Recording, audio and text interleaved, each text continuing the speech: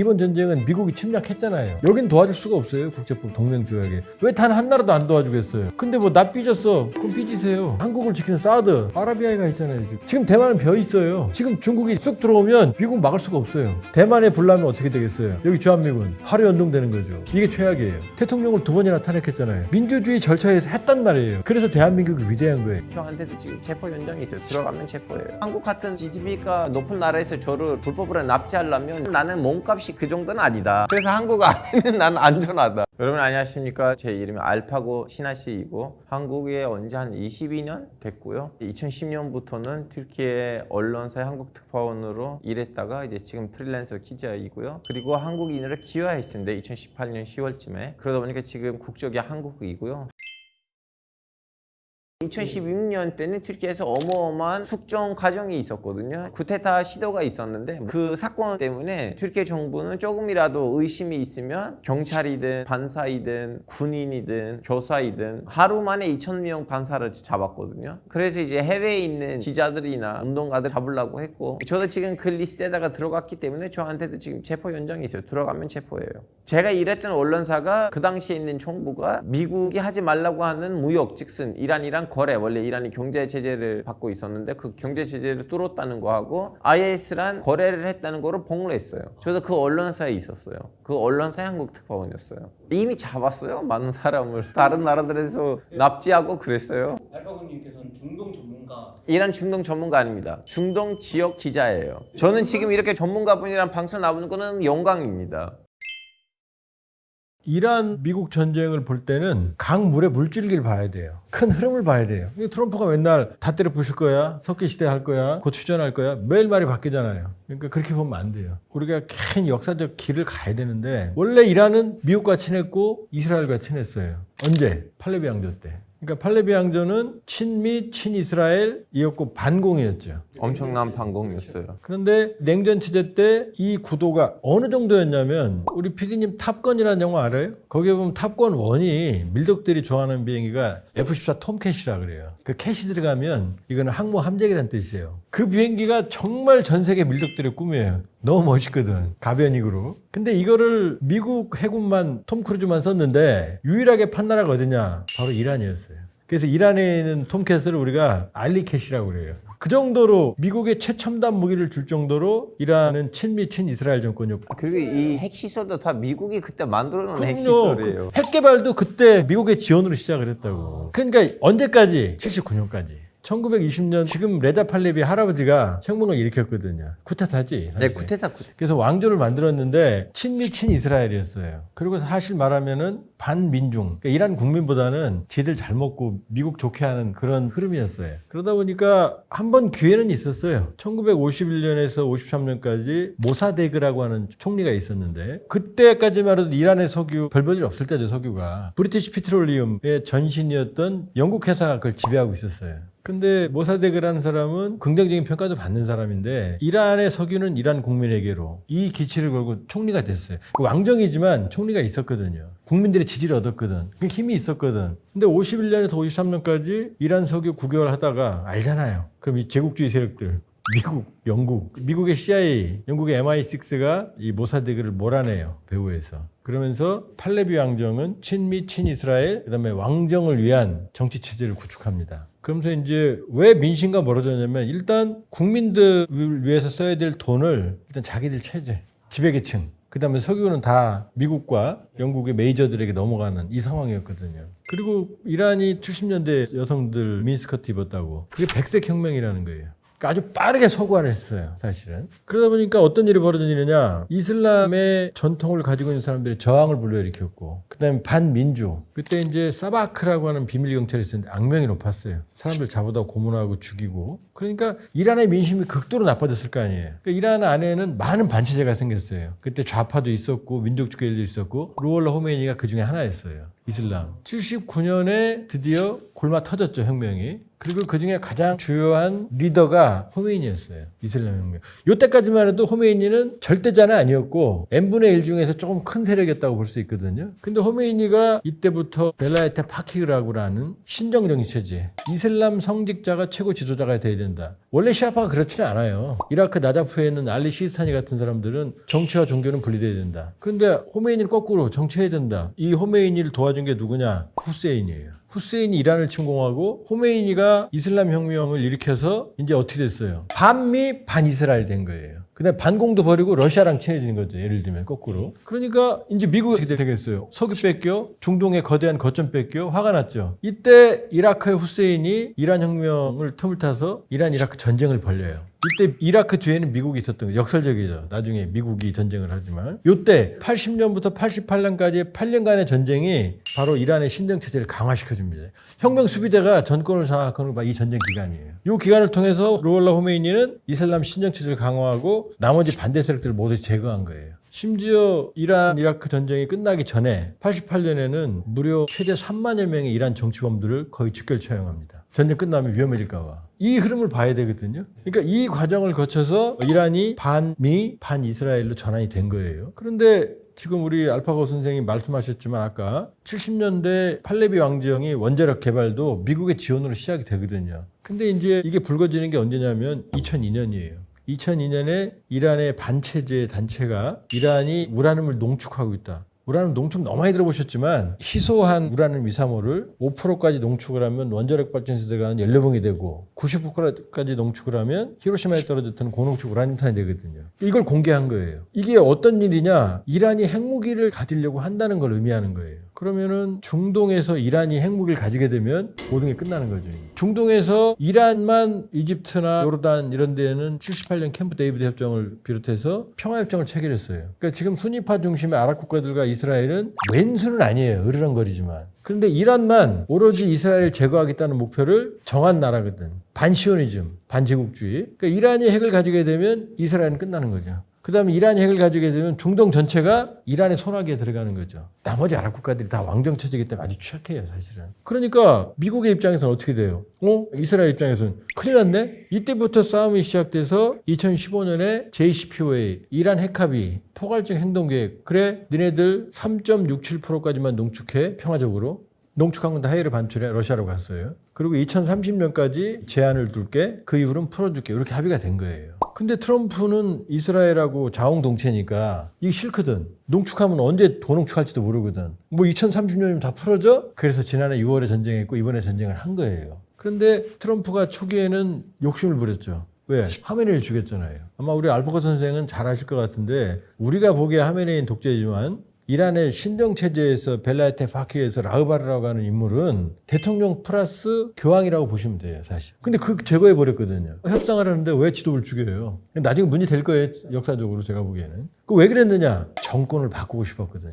그럼 끝나니까. 그 다음에 이스라엘 입장에서는 이란을 이번 기회에 석기 시대로 만들고 싶었어요. 적어도 몇십 년 동안 이 이스라엘 못 따라오게. 이렇게 전쟁이 시작됐거든. 그런데 정권 교체는 실패했죠. 오히려 모조탑의 아들이 일어났죠. 지상군이 없으니까 이란의 지상군 혁명에서 거의 타격을 안 받았죠. 그러니까 목표가 정권 교체에서 다시 핵으로 내려온 거예요. 그러니까 트럼프의 고민은 뭐냐. 2015년 이란 핵합의 3.67% 농축, 15년 제한, 이거보단 나아야 될 거 아니에요. 그러니까 이란 보고 농축 권한 너 포기하면 살려줄게. 그러는데 이란은 농축 권한 포기 안 하죠. 그걸 포기해버리면 모든 걸 다 잃어버리니까. 지금 요거 갖고 싸우는 거예요. 그러니까 트럼프가 허들을 내렸어요. 알았어, 농축 권한은 줄게. 명분은 대신 0%, 2015년에 3.67이었으니까 0%로 20년 동안 하지 마. 이렇게 한 거예요. 요걸 안을 던져놓은 거고 이란은 농축 권한은 유지하지만 20년 동안 0%면 사실상 폐기고 그 다음에 지금 가지고 있는 건 다 우라늄은 미국으로 보내. 요걸 반발하면서 지금 서로 협상을 하고 있는 거예요. 얘기가 좀 기는데 이걸 알아야지만 이란 문제를 해결하게 알 수 있거든요. 그러니까 사실은 문제는 핵 문제지만 이스라엘과 미국은 이란을 붕괴시켜버리고 싶었던 거죠. 화근을 중동에서 이란을 친미국가로 만들면 석유는 미국 거, 이스라엘 입장에서는 적이 없어지고 이 꿈을 꿨던 거죠. 되지도 않는 꿈을. 그런데 이게 안 되니까 그럼 핵 문제라도 해결하자. 그럼 2015년보다는 나아야겠지. 3.67%로 0%니까 내가 0%에서 해냈어. 15년을 20년을 늘렸어. 트럼프는 이렇게 하고 싶고 가지고 있는 우라늄 다 미국으로 내놔. 이건데 이란은 안 돼. 우라늄은 러시아로 보내고 일본은 갖고 있고 0% 20년 난 못 받아들여. 이걸로 지금 충돌하고 있는 거예요. 그리고 하나만 더 얘기를 하면 이란도 이번에 놀랬을 거예요. 우리가 호르무즈를 통제하면 세계가 뒤집어지는구나 하는 걸 이번에 처음 알은 거거든요. 지금까지 수없이 많은 전쟁을 했지만 호르무즈 해협을 봉쇄한 적은 없어요. 지금처럼. 70년대 1차 오일 쇼크 때도 유가가 무려 300에서 400% 올랐지만 호르무즈 해협이 봉쇄한 건 아니었어요. 근데 호르무즈 해협을 봉쇄하니까 어떻게 돼요? 미국이 깨갱 전 세계 경제가 코피 터지고 중공분들은 차도 2부제예요. 이틀에 한 번은 차를 놓고 가야 돼요. 쓰레기 봉투도 못 사. 지금 뭐 주사기도 할 수가 없어. 그러니까 이란은 독침을 가지고 세계를 찌르고 있는 거고 트럼프는 또 거꾸로 어떻게 했어요? 그래? 내가 역으로 봉쇄할게. 이란 너를. 이란의 석유 수출 중단, 이란의 생필품 중단. 너도 죽어봐. 그러니까 지금은 전쟁의 본말이 전도됐어. 둘이 싸우는 게 아니라 호르무즈 갖고 싸우고 있는 거예요 지금. 그리고 내 안을 받아 이거 갖고 충돌하고 있는 거예요. 그러니까 전쟁은 끝나요. 끝나는데 서로 자기가 유리한 협상안 정전안을 내려고 호르무즈 해협을 붙잡고 지금 충돌을 하고 있고 이러다 보니까 뭐 기름도 흘러나오고 나무 얻어 터지고 여기저기 지금 신음소리 나는 거예요. 요 그림이에요 지금. 모든 전쟁은 끝나요. 근데 언제인지를 몰라서 그렇지 이미 전쟁은 휴지기로 들어가고 있어요. 이란은 뭐 지금 엉망이고 트럼프 대통령이 어떻게 지금 전쟁을 또 해요. 미국 국민 3분의 2가 반대하고 있고 전쟁권한법 의회 허가받아 2살도 지났고 지금 정밀 무기는 거의 4분의 1 소진했어요.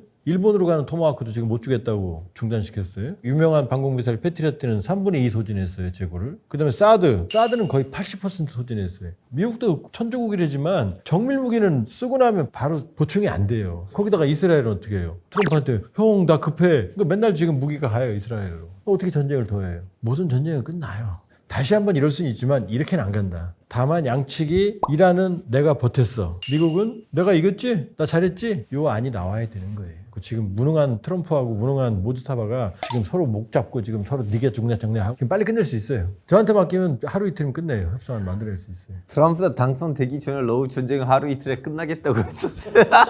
이란 친구들한테 소개 좀 시켜줘요. 내가 협상하겠다고.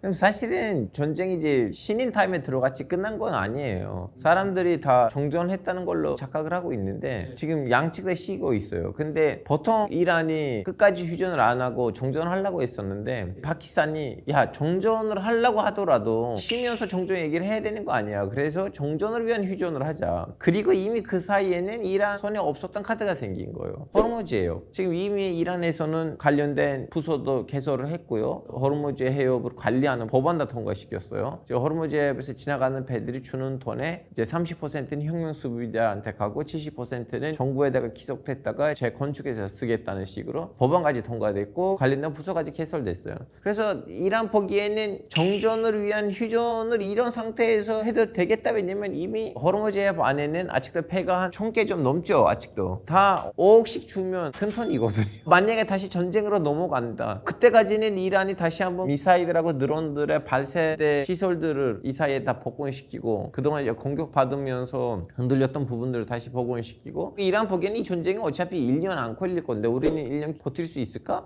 버틸 수 있다. 목표는 그거예요. 중간 선거 이후에는 전쟁이 없을 거다고 보고 있거든요. 물론 뭐 모르죠. 미국에서 예를 들면 개 구도가 달라져더라도 이 전쟁이 계속될 수가 있지만 근데 이란이 방심이나 예견한 거 뭐냐면 그동안 이스라엘 정권이 나타냐후 총리가 부시 대통령 다음에 오바마 대통령 다음에 바이든 대통령한테 몇 번 얘기를 했는데 좀 치라고 안 줬대. 이거는 미국 언론에 나왔던 기사들이거든요. 그러면 이제 어느 정도 국회의 구도가 달라지면 이 전쟁이 계속 안 될 거니까 이 정도로도 괜찮은데 왜냐면 전쟁 이전에 우리 손에는 호르무즈 해협이 없었는데 지금 있다. 어차피 우리는 경제 제재를 당하고 있는데 경제 제재를 미국이 풀어주면 그러면 우리는 그에 맞게끔 다시 한번 핵 개발에 대해서 어느 정도 포기를 해야겠다. 근데 안 하면 오케이. 이제는 손에는 호르무즈 해협이 있어요. 이란 핵 문제가 2002년에 불거져서 2015년에 JCPOA 합의가 만들어졌거든요. 13년 걸렸잖아요. 이 13년 마지막 합의할 때 약 1년 반 동안 실무 협상을 해요. 근데 지금 실무 협상 며칠이나 됐어요, 사실. 2달도 안 됐잖아. 그러니까 이번에 합의가 어려우니까 한 장짜리가 무슨 얘기냐 이런 거예요. 별로 사이가 안 좋은 연인이 정략 결혼을 하는데 결혼할래 말래 그랬어요. 이제 그러다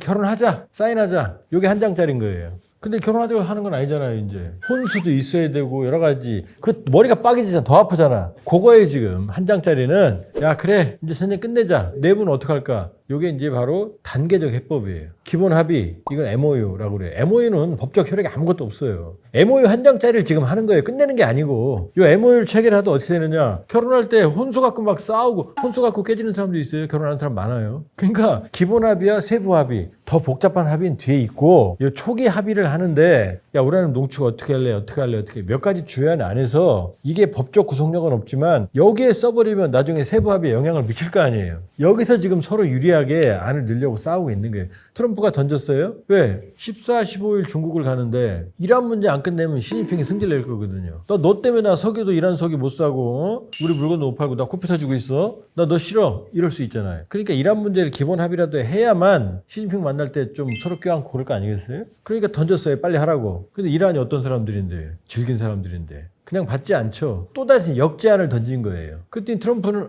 이거 못 받아. 이런 그림이 그려지는 거죠. 그러니까 기본 합의문에는 기본 합의 갖고 이렇게 싸울 필요가 없는데 기본 합의에 너무 매달린다. 기본 합의는 그냥 협상하자고 하면 되는 거거든요. 근데 기본 합의에서 기선을 제압하기 위해서 양측이 너무 진을 뺀 거죠. 그러니까 시진핑 만나기 전에 기본 합의에서 미국이 원하는 바를 넣고 싶은 트럼프와 그건 안 된다. 이란이 이겼다는 내용을 싶은 이란이 세부 합의에서 해도 되는 걸 기본 합의에서 서로 기선 싸움을 하고 했다 이렇게 봐야 되는 거죠. 그러니까 한 장짜리 합의가 나왔다고 끝난다? 아닌 거죠. 더 어려운 과정이 길게 남아있고 그게 본인들은 한 달이라고 그러지만 이게 2달이 될 수도 있고 3달이 될 수 있는 거고 문제는 이 합의라면서 다시 말씀드리지만 이란은 호르무즈 해협을 막는 걸 힘으로 압박을 하고 트럼프는 역봉쇄로 막으니까 이게 이란도 죽고 세계 경제도 죽는 일이 계속 가면 전 세계적으로 악몽이죠. 그 두 무능한 모주타바와 트럼프가 이걸 빨리 해결하면 되는데 이걸 서로 으르렁거리면 양쪽 다 이란도 피해 미국도 피해 전 세계도 피해가 되는 거죠. 사실 무능한 거예요. 합의할 수 있어요. 이란은 실질적인 비핵화를 할 수 있어요. 이미 이란은 핵을 가질 수가 없어요. 농축해도 이 모양인데 앞으로도 긴 과정이 남았는데 미국과 이스라엘 내버려 두겠어요 세계가? 그러니까 이란은 명분만 찾으면 되는 거죠. 사실은 욕심을 부려도 소용없다. 그렇다면 이란의 명분 체면을 살려주고 실질적으로 완전히 비핵화 핵을 금지하는 안은 왜 안 나오겠어요? 나올 수 있죠. 나올 수 있어요. 욕심을 버리면 되는 거죠, 양쪽이. 전달 아니죠. 원래 같이 만든 드론이에요. 타타리스탄에서 둘이 같이 드론 공장을 만들었어요. 왜냐면 그동안 러시아 우크라이나 전쟁에서 러시아한테는 드론이 필요한데 이제 이란이 만든 거는 싸고 저렴하고 딱 좀 약간 가성비가 괜찮으니까 처음에는 그냥 이란이 갖다 주다가 다음에 공장까지 만들어서 거기서 같이 만들고 있어요. 근데 지금 그 드론이 필요한 나라는 러시아만큼 이란도 필요해요. 드론이 뭐가 재밌냐면 이렇게 효용성이 있어? 이게 처음 드러난 게 2020년 아르메니아 아제르바이잔 전쟁이에요. 이때 아제르바이잔이 아르메니아는 기독교고 아제르바이잔은 이슬람이거든요. 이때 튀르키예 바이락타르 에르도안 대통령의 사위. 이스라엘의 자폭 드론 하롭 같은 것들. 아제르바이잔이 재밌는 게 이슬람이지만 이스라엘하고 친해요. 왜냐하면 박사님 그 자리에는 예전에 유대교를 받아들이는 어떤 왕이 원래 유대교는 아니었지만 유대교를 받아들이고 한때 유대교들이 그쪽 동네에 많이 이주했고 그러다 보니까 거기서 원주민 유대인들이 있어요. 그런 역사적인 배경 때문에 이스라엘이랑 사이가 좋아요. 그리고 재밌는 게 아르메니아는 기독교인데 이란하고 친해요. 왜냐하면 예루살렘에서 아르메니아 종교의 사람들의 활동이 제한적이에요. 원래 오스만 제국 때는 예루살렘 구시가지에서 예수님의 성지가 있거든요. 그러기 위해서는 이 아르메니아 사람들 구역이 정해져 있었는데 거기서 이스라엘이 출범하면서 언론에 안 나올 뿐이지 아르메니아 종교의 사람들도 나름 종교적인 활동에 제한들이 있어. 자꾸 문제가 중간중간에 나와요. 예를 들면 수녀분들이 와서 이제 폭력 사태 일어나고 공부해야 되고 그러다 비자 문제라든가 여러 가지 문제가 있으니까 사이가 안 좋아요. 근데 아르메니아 아제르바이잔 전쟁에서 아르메니아가 일방적으로 얻어터져요.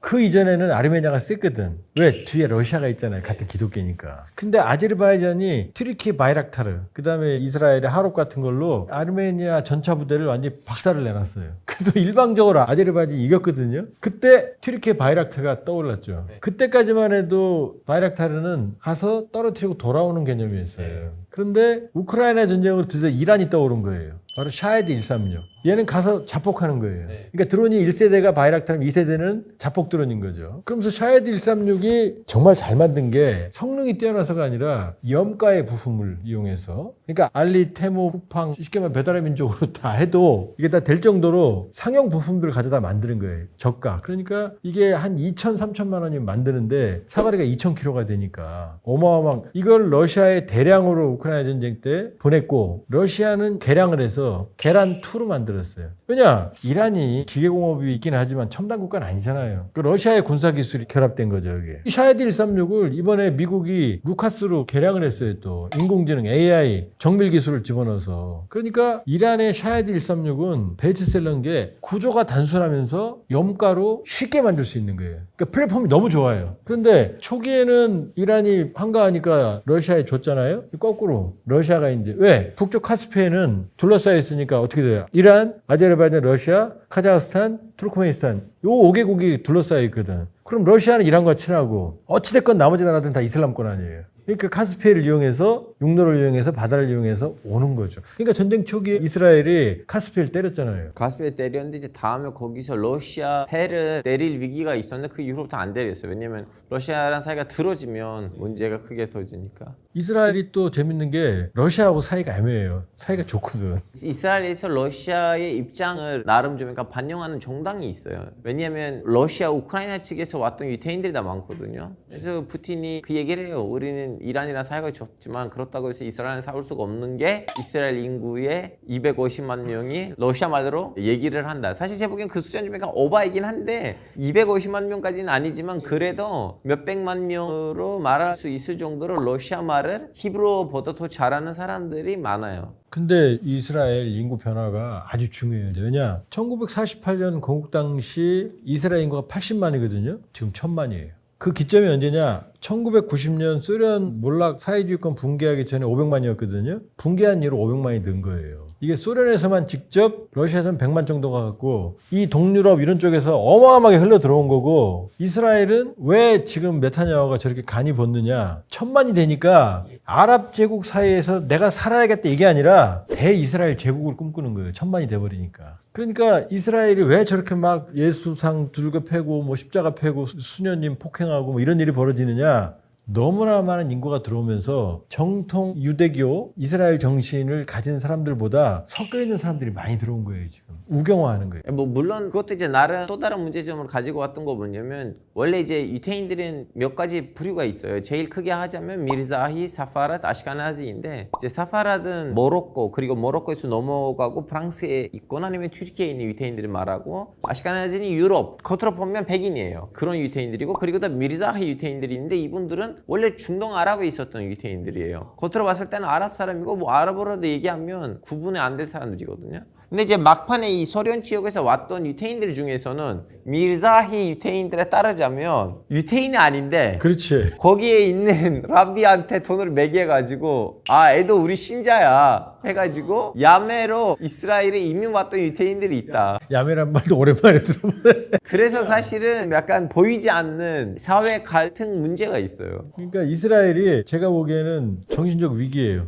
왜냐하면 이제 초기에 건국할 때 그 시오니즘, 아시케나지라고 그래갖고 동유럽에 있던 조금 좌파적 성향이 있던 사람들이 많이 갔고 그래서 키부츠 같은 공동체가 만들어진 거예요. 근데 이게 세월이 흘러가면서 특히 90년 전으로 대규모의 유대인이라는 명분으로 유입이 됐고 이스라엘이 제가 보기에는 이건 뭐 제 추론이에요. 유대인 인정 허들을 낮춘 것 같아요. 왜냐? 80만에서 1000만이 12배가 늘은 거 아니에요. 대이스라엘. 그러니까 가자도 다 뺏고 싶은 거고 서한지구 웨스트뱅크도 다 뺏고 싶은 거예요. 왜 땅이 필요하니까. 그리고 실제로 충돌도 나중에 들어간 사람들이 유대인 정착촌에 살거든요. 그러니까 이 사람들하고 팔레스타인하고 충돌이 있으니까 네타냐후의 저 전쟁 광기, 이스라엘의 극우화 여기에 인구 변화가 상당히 큰 영향을 미친 거예요. 예전에 사실. 이제 흑인 유태인들도 가려고 했었는데 못 받았다가 왜냐면 이제 유태인들이 이렇게 디아스포라가 됐잖아요. 오래전에 아프리카에 가면 섞였겠죠 피부 색깔이. 그래서 에티오피아하고 우간다에는 팔라샤라고 하는 흑인 유태인들이 있고 그리고 인도에도 인디언 지위시들이 있는데 그동안 안 받았다가 이게 좀 약간 힘들었는데 근데 처음에 이제 에티오피아하고 우간다 유태인들이 데리고 왔지만 이제 왜 인구가 필요해요. 근데 문제가 뭐냐면 속으로는 안 받아준 거예요. 마음으로는. 이거 언제 터지냐면 90년대 헌혈 운동이 있었어요. 모든 유태인들이 가서 이제 자기 피를 이제 줬는데 알고 보니까 이 흑인 유태인들의 피를 다 쓰레기에다가 던졌다는 거예요. 이거 언론에 터지니까 엄청난 시위가 터졌어요. 말로는 우리는 같은 유태인인 줄 알고 동등할 줄 알았는데 뭐예요? 우리는 아랍 사람들은 못다도 밑에 있네. 단아포도 그거보다는 등급을 안 붙는 거. 뭐 물론 이거는 이스라엘이라는 나라는 너무나 다양한 계층이 있는 사회이고 이거 하나에 딱 유태인이라고 하고 하나에 그림 그리면 안 되고 다양한 유태인들이 있어요. 특히 예를 들면 사파라 유태인이라고 밀자히 유태인 분들은 국가가 자신을 살짝 차별한다고 하고 불만도 없지 않아 있고 이스라엘의 핵 개발을 폭로하는 것도 모로코 출신 유태인이에요. 그 이제 전쟁 시기이다 보니까 움직이는 뭉칠 수밖에 없지만 사실 전쟁 없으면 너무나 다양한 계층들이 있고 각각 서로 관계가 특이해요.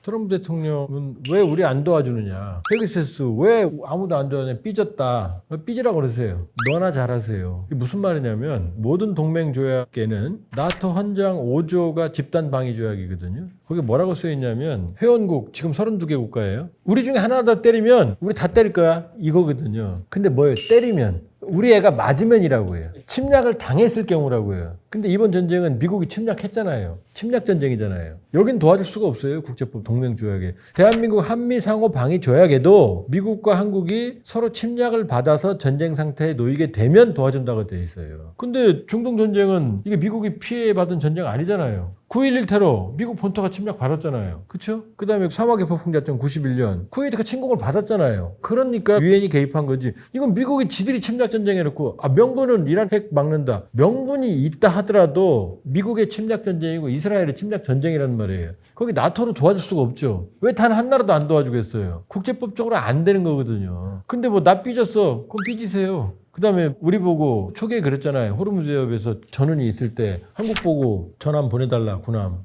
네가 가라 하와이지. 우리 갈 수 없는 거예요. 가서도 안 되는 거고. 자, 그런데 이제 문제가 바뀌는 거죠. 왜냐? 그 침략 전쟁에는 우리가 도와줄 수 없죠. 그런데 이번에 나무호 38,000톤급 다목적 화물선이 피격을 받았어요. 확인됐어요? 내부가 아니라 외부 공격이라는 게 두 대의 비행체에 의해서 참 정교해. 그것도 선 거의 물 수면 바로 위에 그 맨 후미 부분을 찢었고 처음엔 찍고 또 한 번은 들어가서 폭발을 일으켰거든요. 이러면 예의가 달라지죠. 이건 뭐냐? 우리 선박이 공격을 받았잖아요. 우리 국민을 보호해야 되잖아요. 첫 번째. 그 다음 트럼프 대통령이 중단하긴 했지만 프리덤 작전. 이건 뭐냐? 침략 전쟁이 아니고 호르무즈 해협의 안전을 확보하기 위한 해양 자유연합을 만들겠다. 이 얘기거든요. 그 이거 머리가 아프죠. 이건 침략 전쟁이 아니니까 야, 전 세계 평화를 위해서 해적질하는 거 못하게 해야 되니까 니들 와. 그럼 우리가 머리가 아픈 거죠. 그러니까 청와대에서도 우리 나무호가 얻어맞았을 때는 해양 자유연합 참여를 검토한다. 한다가 아니라. 그러니까 상황이 바뀌는 거죠. 그러니까 어떻게 봐야 되느냐. 미국의 전쟁엔 참여해서는 안 돼요. 침략 전쟁이니까. 의무가 없어요. 그리고 한미 상호 방위 조약에는 공간적 범위가 태평양으로 되어 있어요. 태평양. 저기 인도양이잖아요. 자, 태평양 공간적 범위가 달라. 침략 전쟁이니까 갈 수가 없어. 그러나 우리 선박을 보호하고 국제법적으로 자유통항을 위한 작전에는 무작정 안 가. 이렇게 어려운 거죠. 그런 상황이다. 그러나 전쟁이 끝나서 기뢰를 제거하거나 해협의 안정을 확보하기 위해서는 갈 수 있지만 그러나 지금 미국 대신 들어가서 우리가 지킨다? 미국도 안 들어가잖아요. 들어가면 위험하니까 빨리빨리 빠져나오는데. 그러니까 그렇게 나눠봐야 되는 거예요. 사실. 그리고 나무호는 재밌는 게 이란이 지들이 안 했다는 거예요. 분명히 외부에서 공격을 받은 건 맞는데 이란이 보통 했으면 했다고 그러거든요. 근데 이란 정부는 안 했다고 그랬단 말이에요. 근데 이란 언론은 또 일어나 IRNA 같은 데는 지들이 했다고 그러고 이게 왜 중요하냐면 선박은 나무호도 1,000억 원 정도 전쟁 보험이 들어있거든요. 그럼 보험사가 돈을 지불해요. 나무호에 선사에. 그리고 보험사는 구상권을 청구해요. 누구한테? 사고친 놈들한테. 그러니까 원인을 찾아내면 보험사는 구상권을 청구하게 돼 있거든요. 그러니까 지금 이게 머리 아프죠. 이란이 했다고 그러면 괜찮은데 안 했다고 그러니까 우리 정부 입장에서는 외부 공격은 맞는데 이란이 한 증거를 확실히 찾아야 될 거 아니에요. 자, 이란이 했다는 증거를 찾았다고 치자고요. 안에 드론이나 미사일 같은 그것도 이란이 우리가 안 했고 우리 거 베껴서 다른 나라가 했어. 그러면 또 더 어려워지는 거죠. 단순한 세법이 아니다. 외부 공격이 확실히 입증이 됐지만 이란이 안 했다고 하는 한 이란이 인정하지 않는 한 이걸 입증하려면은 이란이 실해 보인다 하더라도 숙제가 되는 거죠. 어려운 과제가 되는 거죠.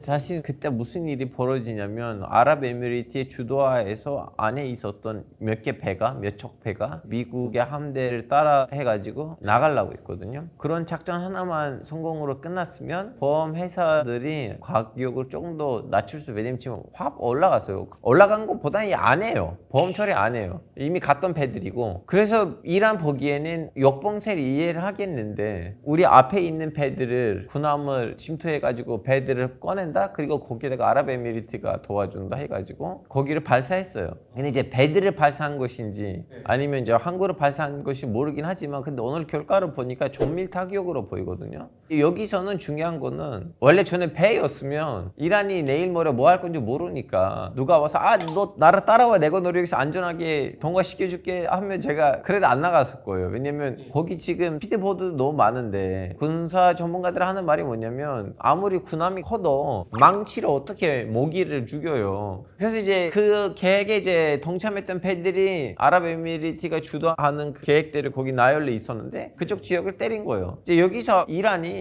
한국 꼴 보기 싫어, 한국 때리자, 이거는 아니라는 거 분명한 게 뭐냐면 중국 배도 맞았어요. 이란이 그러면 중국도 싫어하는 거예요? 그럼 뭐예요? 결론적으로 뭐냐면 이제 다음 이제 밝혀지겠지만 공식적으로 이거는 이란이 우리는 한국을 싫어한다 때리는 것보다는 그냥 거기 있는 배들을 때린 거예요. 그러다가 그 자리에 우리가 있었기 때문에 우리가 맞은 거고, 물론 거기에다가 이제 이란이 그 외교적 책임을 해줘야 돼요. 불가피한 일이고 언제 그 책임을 질 건지는 모르겠어요. 근데 우리의 배를 맞았다고 해서 우리는 그러면 전쟁하자, 이거는 튀르키예 아제르바이잔에 있는 공항을 때렸는데 낙지반 국제공항을 때렸어요. 튀르키예에다가도 이제 미사일 몇 개 보내는 이제 방공 미사일 막았지만 지금 이 시기 때는 인근에 있었던 관련된 국가도 나서진 않는데 우리가 배 하나 이렇게 맞았다고 해서 바로 군사적 파견을 하면 그럼 우리는 벌써 북한이랑 몇 번이나 싸웠었어야 돼요. 근데 이번에는 초기에 혼란이 있었던 게 요 배잖아요. 근데 처음에 천공 외부 구멍이 없었다고 그랬어요. 처음에 보도 때는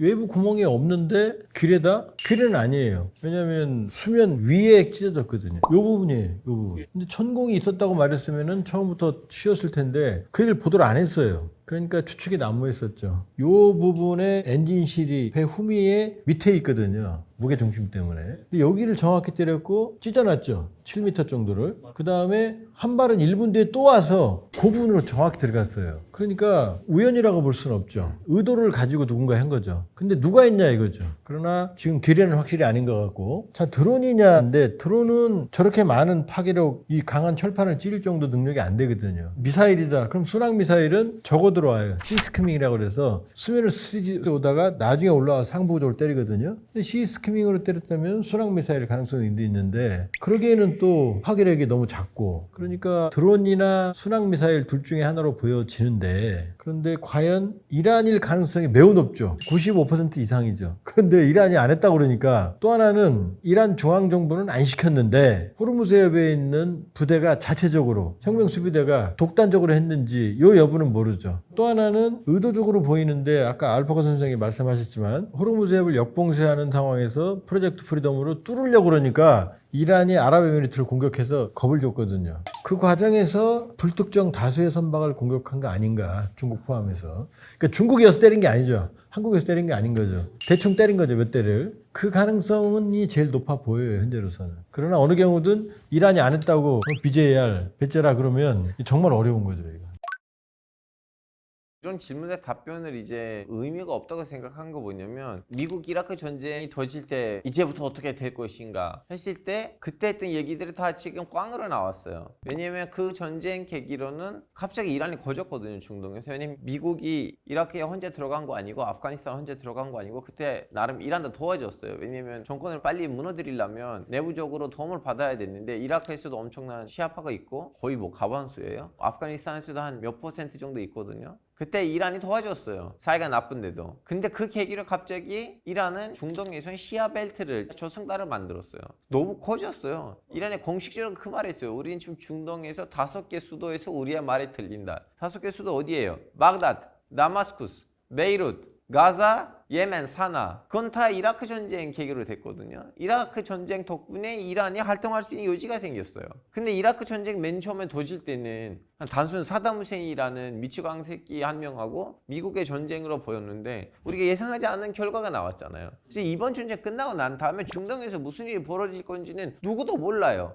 왜냐하면 핵미자가 너무 많아, 이쪽 동네에서. 동양에 오면 핵미자는 몇 개밖에 없어요. 중국이라는 나라, 남한, 총부, 북한, 일본, 대만 끝. 핵미자 없어요. 무장 조직 없어요. 종교들 없어요. 근데 중동에 가보면 100만, 200만 명을 움직일 수 있게끔 수많은 핵미자들이 있어요. 그래서 계산할 거 너무 많으니까 여기서 예측하기가 힘들어요. 중동의 비극이 뭐냐면 오스만 제국, 오스만 투르크가 붕괴되면서 각 지역에 독립적으로 그런 민족들이 네이션 스테이트, 국가의 정체성, 민족 정체성을 형성한 단위를 구성한 사례가 없단 말이에요. 별로. 그러니까 프로토족 이 국가들도 쪼개져 있잖아요. 튀르키예, 시리아, 이라크, 이란까지 지금 여기서 지금 이라크에는 어떻게 돼 있어요? 이라크는 페시메르가 그 유명한, 시리아는 SDF 다 자체 군사력을 보유하고 있지만 나라는 아니란 말이에요 지금. 거기다가 지금 종교적인 시아파, 수니파 이게 이라크 안에 시아파가 한 60% 되거든요. 그 이라크 시아파는 이 무장 단체들은 이라크 정부 말 안 들어요. 이란과 오히려 친해. 그렇다고 이란의 완전한 상하냐? 그것도 또 아니에요. 그 이라크에는 또 알리 시스탄이라고 이라크 시아파의 정의적 지도자가 있거든요. 그러니까 이게 여기 또 끝났다고 해서 끝나는 게 아니에요. 지금 이란 얘기죠. 지금 카스피에 건너가면 거기 어디가 있어요? 우즈베키스탄, 카자흐스탄, 투르크메니스탄, 타지키스탄, 키르기스탄 있죠? 이 나라들도 지금 영토가 분쟁이에요. 이 나라 안에 다른 나라 영토가 들어있는 상황. 아르메니아, 아제르바이잔 같은 일들이 여기도 있어요. 여기 또 터져요. 여기 또 터져요. 그러니까 지금 이란 전쟁 끝나면 최악의 시나리오는 이미 시작된 거예요. 왜 시작되느냐? 냉전 때는 냉전이라는 질서가 있어요. 소련은 소련의 영역을 지배하고 미국은 자본주의 영역을 지배하거든요. 이 안에서 질서를 지키려고 안간힘을 써요. 갈등이 있더라도. 왜? 양측이 충돌하니까. 그러니까 부부싸움 하다가도 옆집이랑 싸우면 부부싸움 안 하죠? 똑같은 거예요. 갈등을 누르고 있었단 말이에요. 근데 소련 체제가 무너지고 러시아가 힘이 약해지니까 여기저기 갈등이 터지는 거죠. 러우 전쟁도 그런 거예요. 근데 미국이 옛날 힘 같지 않으니까 이제 미국도 질서를 지키는 게 아니라 나 석유 먹을래? 베네수엘라. 나 이란 석유 먹을래? 여기저기 전쟁. 그러니까 누구도 질서를 지키지 않는 거예요, 지금. 지킬 능력도 없고 힘도 없고 의지도 없어요. 유엔은 이미 식물인간화 됐잖아요. 그러니까 여기저기 쌓여있는 갈등들은 이제 터지기 시작하는데 강대국들은 힘도 없고 의지도 없고 국제기구는 무력하고 더 최악의 시나리오는 정말 끔찍한 시나리오인데 소련을 유지하고 있던 소련 체제의 중심부터 러시아가 자기 동족인 우크라이나를 침공했죠. 핵심 이익 때문에. 미국이 베네수엘라 마두로 왜 잡아갔어요? 마약범이라면서 지금 마약 얘기 하지도 않잖아요, 지금. 베네수엘라 석유가 미국 손에 들어갔거든요. 이란은 왜 때려요? 핵은 명분이에요, 사실은. 핵도 막지만 이란의 석유 패권 옛날에 그리운 거지, 팔레비 때. 이란 지도를 보세요. 중동의 그 거대한 이란이라는 중심이 친미 국가가 된다고 생각해 보세요. 어마어마하지. 이게 전쟁의 원인이거든요. 냉전의 질서를 지키던 미국과 러시아가 각자 자기 핵심 이익 때문에 전쟁을 일으켰죠? 그럼 한 나라가 또 있죠. 중국이죠. 중국에게 핵심 이익은 어디예요?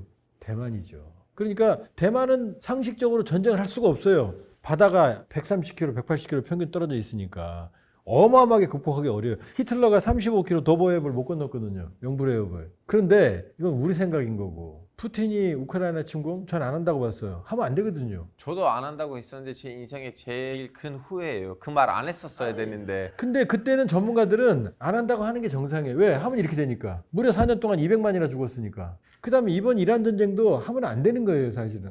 어떻게 지도부 화면을 제거합니까? 안 끝났잖아요, 미국이. 그러니까 합리적인 판단으로는 설명이 안 되는 거죠. 합리적인 판단으로 하면 시진핑은 절대로 대만을 공격할 수 없어요. 바다를 극복하기 어려우니까. 그런데 푸틴이 했고 트럼프가 했잖아요. 그럼 시진핑은 이 논리대로라면은 한다는 얘기죠. 열심히 잠수대 만들잖아요. 거기다가 지금 시진핑이 보니까 어떻게 됐어요? 원래 남중국해에서 중국을 견제하는 항모전단이 에이브럼 링컨호거든요. 얘가 어디가 있어요 지금? 아라비아에 가 있잖아요 지금 중동에. 한국을 지키는 사드 한약은 나갔단 말이에요. 페트리언 나가요. 일본 지키는 제30 해병 원정대 어디가 있어요 지금 트리폴리함이. 지금 아라비아에 가 있단 말이에요. 지금 대만은 벼 있어요. 지금 중국이 그럴 능력은 안 되지만 쑥 들어오면 미국 막을 수가 없어요. 미국이 항모전단을 평상시 4개 운영하거든요. 항모는 11척 있지만 수리하는 게 지금 대여섯 척 돼요. 그 다음에 교육훈련. 그럼 4척 정도 운영을 하는데 지금 3척이 거기가 있어요. 포드함, 부시함, 링컨함. 포드함은 지금 세계 기록을 쓰고 있어요. 6개월 정도 항모가 작전하는데 지금 11개월 돼가고 있어요. 11개월이면 세계 기록이에요. 베트남 대회 최고거든요. 그러니까 항모가 불나잖아요. 포드에. 세탁실에 불나고 사람들 필요하고 전투력이.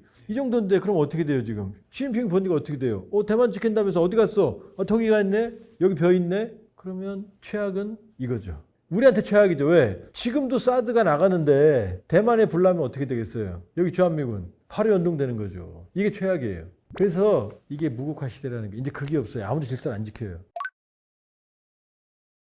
아니 하나는 전쟁이 일으키는 작전이었고 나머지 두 개는 문제를 마무리하는 작전이니까 일단은 너무 다르죠. 뭐 예를 들면 알카이다는 오사마 빌 라덴과 어느 정도 연이 끊긴 상황이었고 사람들이 오사마 빌 라덴의 이름을 가지고 각 지역에서 징용점 아니고 가맹점을 하는 스타일이었기 때문에 그런 것 했었지만 그래도 이제 오사마 빌 라덴 죽으면서 알카이다는 사라졌고 남는 알카이다 지부들도 이제 단독으로 남을까 아니면 IS한테 넘어갈까의 위기가 됐기 때문에 오사마 빌 라덴의 암살 작전이 의미가 있었던 작전이었고 그리고 마두로의 생포 작전 그걸 하기 전에는 어느 정도 이제 베네수엘라 안에 있었던 사람들이랑 미리미리 물밑에서 외교를 하고 그 작전을 하고 난 다음에 변할 수 있게끔 합의가 설정돼 있는 상황이었어요. 근데 이번에 하마네의 이제 암살 작전을 하면 되겠지라는 내피셜을 한 거예요. 우리가 체포하면 이란이 이렇게 편해지겠지. 이란에 있는 정치 세력들이랑 미리미리 합의해 놓은 거 없기 때문에 해봤는데도 의미가 없었죠. 근데 이것도 솔직히 말씀드려야 돼. 진짜 미국이 대대적으로 준비를 하고 이란한테 제대로 좀 약간 잠교육을 시키고 거의 이라크, 아프가니스탄 꼴을 만들려고 했었다면 하마네이 암살 작전 맞아요. 애초부터 가서 죽인 거 맞는데 근데 문제가 뭐냐면 하면 그렇게 되겠지 그러면 어느 정도만 군인만 넣으면 된다 하고 하마네이만 제거하면 그건 오히려 역효과를 일으키는 일이에요. 예를 들면 진짜 이라크처럼 모든 군을 거기에다가 모아놓고 나는 이번에 전쟁에서 제대로 끝을 볼 거다라는 마음으로 왔었다면 그만큼 군인들 모아놨었다면 하마네이 제거하는 거는 군사적으로는 뭐라고 할 수도 없고 나름 합리적인 작전이긴 한데 이 정도 군인만 거기에다가 데리고 오고 하마네이 우리가 제거하면 이란도 들고 일어나겠지 반정부 세력 차이점이 크죠.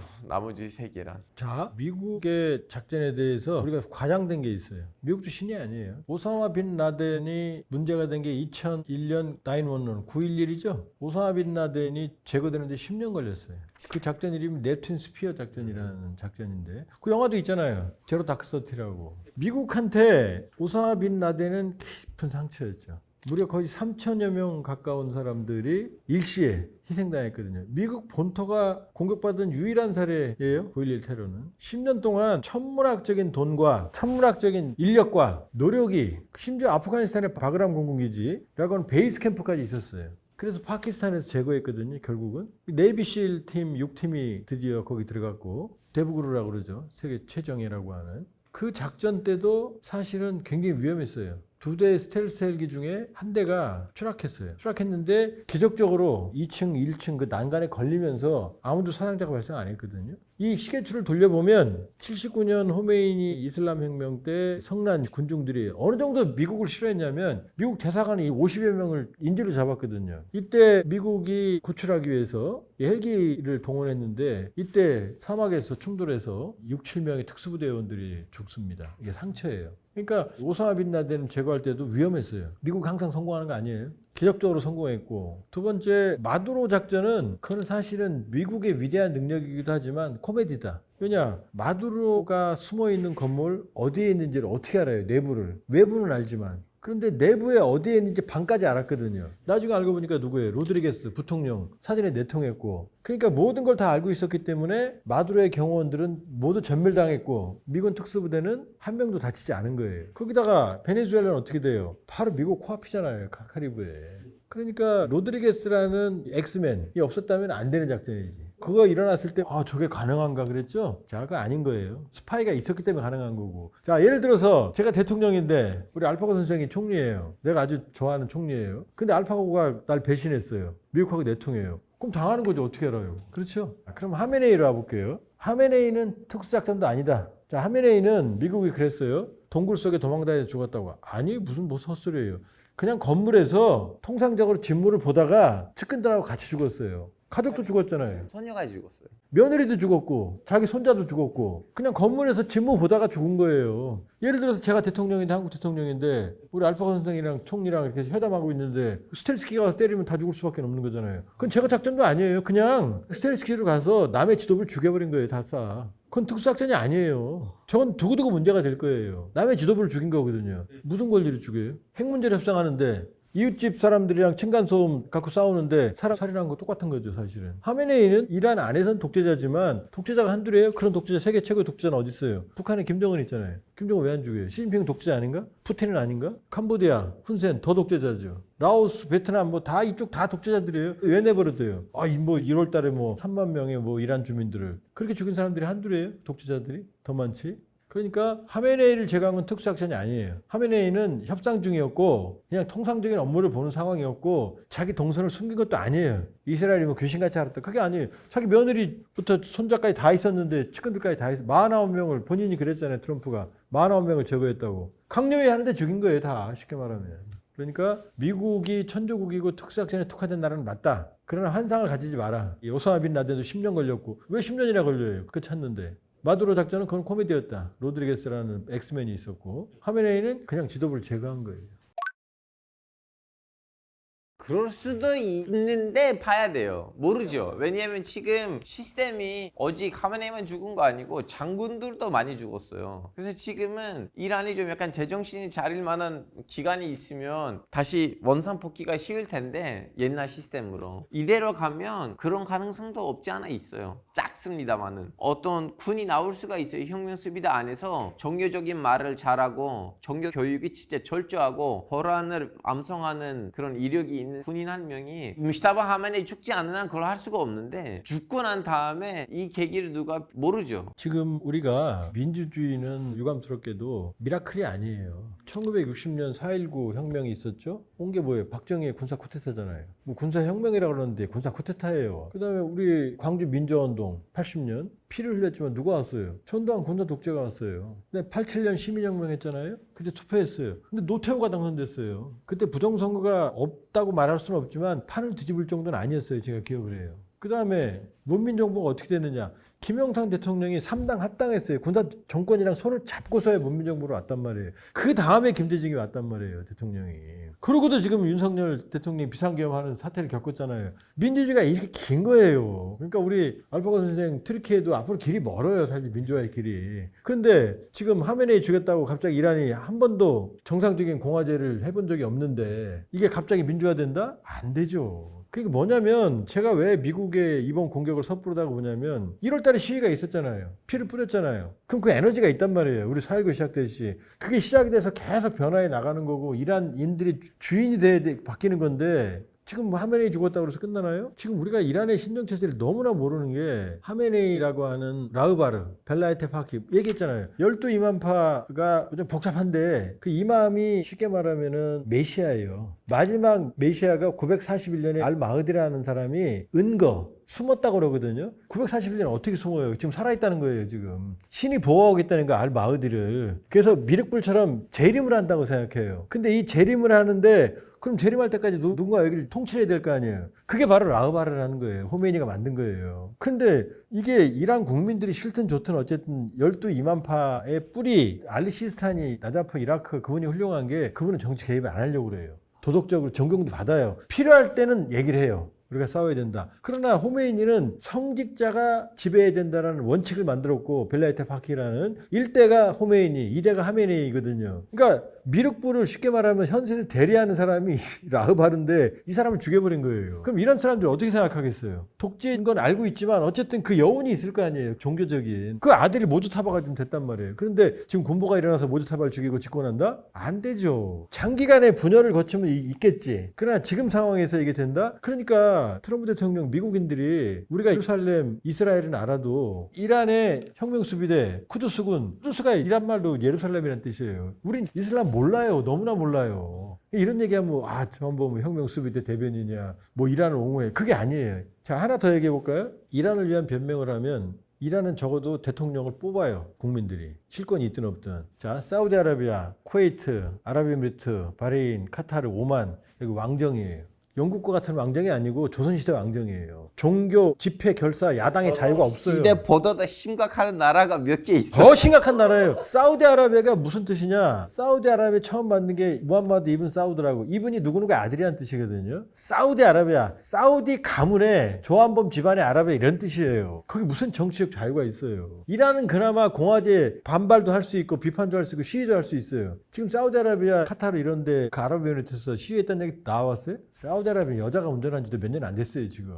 그런데도 우리는 이란 하면 극단적인 독재, 뭐 사우디아라비아, 아랍에미리트는 자유의 나라 아닙니다. 그 이란도 이제 민주주의의 시작을 하는데 여기서 공격을 해버리니까 하메네이를 죽여버리니까 강경파들이 더 결집하는 거죠. 민주주의 시민들은 어떻게 돼요? 더 숨을 죽이는 거죠. 전쟁 때 어떻게 나가서 시위를 해요? 총 들고 다니는데 군인들이. 그러니까 너무 쉽게 본 거죠. 이스라엘은 알죠. 알면서도 미국을 꼬드겨서 이란을 완전히 석기시대를 만들고 싶고 트럼프 대통령은 하메네이 죽이면 바뀐다고? 3일 안에? 그랬잖아요. 하메네이 죽이고 나서 다음 정권은 내가 세울 거야? 내 말 안 들으면 또 죽일 거야? 기억나죠? 정확히 그렇게 말했다고요. 초등학생도 그렇게 판단 안 해요. 이란을 몰라도 너무 모르는 거죠. 민주주의가 얼마나 그래서 대한민국이 위대한 거예요. 이 긴 시간 동안 우리가 민주주의 대통령을 2번이나 탄핵했잖아요. 반대 이런 사람 일부 있겠지만 탄핵하는 절차를 프랑스들 데모크라시 민주주의 절차에서 했단 말이에요. 세계적으로. 이래서 이 나라가 위대한 거예요. 근데 이란에 갑자기 민주주의가 어떻게 오겠어요? 미안한 얘기지만 튀르키예 민주주의가 갑자기 어떻게 와요? 시간 더 걸려요. 긴 시간이 필요합니다. 현지 편육이 많이 편했어요. 예전에 이란 정권에서 차마 살지 못한다고 판단을 했던 진보적인이라고 해야 되는지 모르겠지만 종교의 마음이 약하고 신정체제에서 내가 살지 못하겠다고 하는 이란 시민들이 이제 이란을 많이 떠나가 있었는데 좀 들어왔어요. 그 중에서 이제 제일 상징적인 사람이 프랑스에 가 있었던 감독이에요. 그 사람이 이미 체포 연장이 있었어요. 들어가면 1년 감옥에 들어가야 됐는데 그래도 나의 조국이 이란이다 해가지고 이란에 돌아왔어요. 그 사람이 들어오니까 기사가 크게 터졌잖아요. 그럼 이제 다른 이란 사람들도 왔어요. 중간 단계의 반신정체제 사람 들어왔어요. 그래도 나는 가서 나의 조국을 지켜야겠다. 제 보기에는 지금 이란에 있는 신정체제의 수뇌부는 이것을 기회를 삼으면 이란의 신정체제의 목숨을 연장시킬 수가 있어요. 왜냐하면 신정체제 안에서 개혁을 하면 이미 사람들도 돌아왔는데 우리나라는 그나마 좀 약간 중국처럼 꼴통 공산주의 아니고 공산주의 안에서는 실용적으로 바꿔나가면서 나가는 그러한 여유가 생겼다고 판단해가지고 정권의 연장을 시킬 수가 있는데 신정체제가 이제부터 앞으로 어떻게 할 건지를 전쟁 끝나고 난 다음에 봐야 되는데 그런 좀 약간 사회를 다시 뭉치는 데 있어서 좀 약간 도움이 됐지만 그래도 지금 수많은 공장들이 폭파된 상황이고 자기 직장을 잃었다는 사람 수가 최소 40만 명으로 집계되거든요. 뭐 나름도 경제적으로 안 좋은 것들도 없지 않아 있고. 이거는 전쟁 범죄예요. 포탄을 떨어뜨렸는데 원하지 않게 잘못 떨어졌다. 이게 오폭이거든요. 근데 이건 좌표를 찍었어요. 여기로 찍어서 여기를 때린 거예요. AI가 했더라도 AI한테 지시를 내린 사람이 있을 거고 누군가 책임져야 되는 거 아니에요. 이건 오폭이 아니에요. 의도된 거예요. 본인들의 의도가 없었겠죠. 초등학교라고 생각 안 했겠죠. 또 하나 트럼프 대통령이 이란의 모든 발전소를 타격하겠다 그래놓고 바로 이란의 건설 중인 교량을 파괴했죠. 그러면서 이게 군사용이다 그랬거든요. 근데 그 다리는 건설 중이었어요. 연결이 안 된 상황이었다고요. 한 번도 사용된 적이 없죠. 건설하는 사람들 100여 명 정도가 사상을 당했거든요. 이란 발표에 따르면. 그 사람들이 민간인이었어요. 그건 전쟁 범죄예요. 알고 지시했다면 지시한 사람도 전쟁 범죄고 미안하지만 폭격한 사람도 알았다면 그 사람도 전쟁 범죄로 처벌을 받아야 되는 거예요. 근데 이게 무슨 의미가 있어요 지금 힘의 논리가 좌우하는데 지금 이 초등학생들 어린 여학생들이 엄마는 학교 갔다 올게 하고 책 보다가 100여 명 이상의 어린 학생이었어요. 죽었는데 미국이 공식적으로 사과했어요? 책임졌어요? 미국 초등학교에 2-3명 죽었어 봐요. 이란이 쏴서. 이란은 아마 악마의 나라가 됐을 거예요. 그게 힘이에요. 그러니까 우리는 이란을 악마화하는데 물론 이란이 독재 효과가 문제가 많죠. 그러나 그 문제는 이란 국민들이 해결할 문제예요. 외부 해결을 못 해줘요. 지금 미국은 핵이라는 이란이 농축한다는 걸로 마음대로 폭격하고 마음대로 공격하고 뭐라고 말했어요? 문명을 없애겠다. 석기시대로 만들겠다. 모든 발전소를 없애겠다. 자기가 무슨 권리로 해?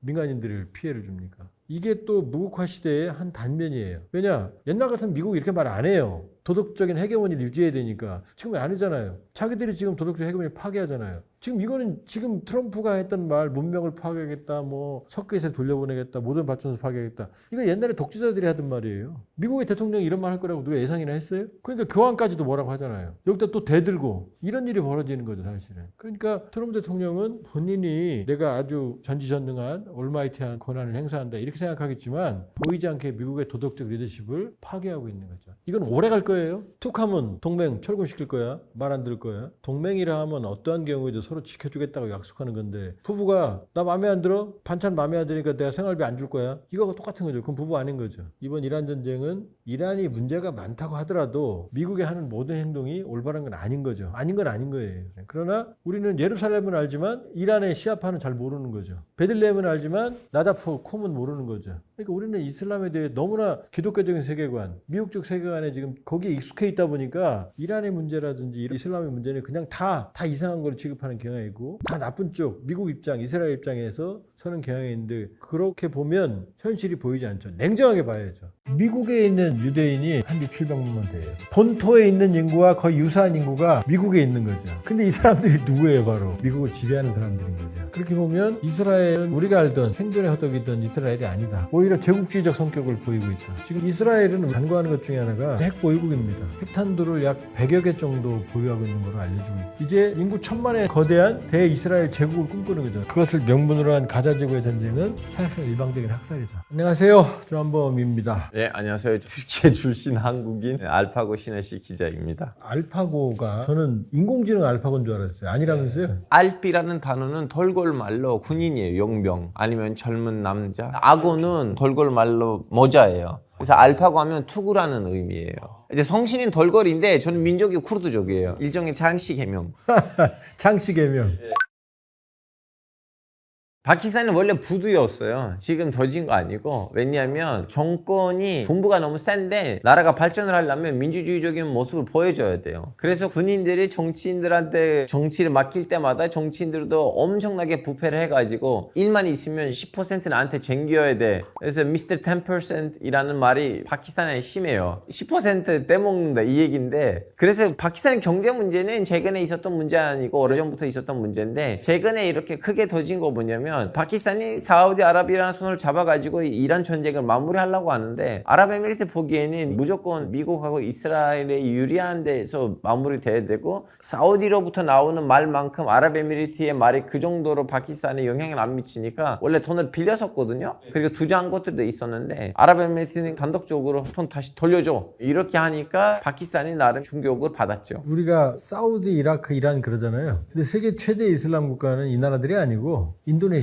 1위고 두 번째가 파키스탄이에요. 인구가 많으니까. 그런데 파키스탄의 비극이 뭐냐면 가난해요. 군부 독재예요. 그런데다 또 뭔이 있어요. 핵무기를 가지고 있단 말이에요. 핵무기는 빈자의 무기가 절대 아니에요. 유지, 보수, 운영에 천문학적인 돈이 들어가요. 그러니까 가난한 파키스탄에 많은 돈이 그쪽으로 돈이 들어가는 거죠. 유지하는데. 거기다 파키스탄의 산업 생산력 농업국가거든요. 그러니까 산업 전반적인 체질이 취약하니까 지금 IMF 구제 금융을 받고 있어요. 지금 왜 파키스탄이 중동 문제, 이란 문제 이렇게 뛰어드느냐. 파키스탄이 외화를 확보하는 가장 큰 수단이 해외 노동자예요. 한 500만 명 되는데 이 사람들이 송금해 주는 건 아주 중요하거든요. 근데 이 중에 90%가 어디 있느냐? 중동이에요. 500만 중에 절반이 어디 있냐? 사우디아라비아에 있어요. 나머지 절반 아랍에미리트에 있어요. 그러니까 이 중동 문제 빨리 끝나야 되고 파키스탄이 수입하는 원유의 8, 90%가 또 중동 호르무즈에 묶여 있단 말이에요. 그러니까 원유 저장고도 없고 비축분도 없고 이런 상황에서 빨리 끝내야 되는 거예요. 지금 중동 사태가 오래가면 갈수록 파키스탄 경제는 나락으로 떨어지는 거예요. 근데 이 와중에 파키스탄이 이란의 손을 잡고 전쟁을 끝내려고 그러니까 아랍에미리트가 자기 이란한테 무지하게 얻어맞았는데 짜증나는 거죠. 또 아랍에미리트하고 사우디아가 의외로 또 경쟁 관계예요. 그러니까 아랍에미리트가 파키스탄에 막대한 외화를 빌려주고 그래서 파키스탄이 근근히 버티고 있는데 돈 내놔 이런 거죠. 그러니까 이제 그걸 주게 되면 파키스탄은 외환난이 지옥의 문턱까지 가게 되는 상황인 거죠. 그리고 비자 연장도 잘 안 해주고 있어요. 최근에 와서 파키스탄 노동자들 비자를. 압박을 하는 거죠. 아니 교류가 없어서 너무 단순해요. 석유만 사고 딴 거 안 하잖아요. 뭔가 좀 약간 왕래가 있어야 되고 석유 말고 다른 것들도 있어야 되는데 안 하니까 당연히 지정학적으로도 완전히 통떨어진 동네고 무역도 주고 받는 관계이지 무슨 같이 공동 개발도 아니다 보니까 굳이 친해져야 되나. 솔직히 말하자면 그렇잖아요. 근데 우리가 왜 모르냐면 우리가 종로에 가면 조계사가 있죠. 명동에 가면 명동성당이 있죠. 말할 수도 없을 정도로 큰 대형 교회들, 뭐 사랑의 교회, 온누리 교회, 여의도 순복음에 가보면 어마어마한 교회들이 있죠. 근데 이슬람 모스크 있어요? 이태원 꼭대기에 있긴 있어요.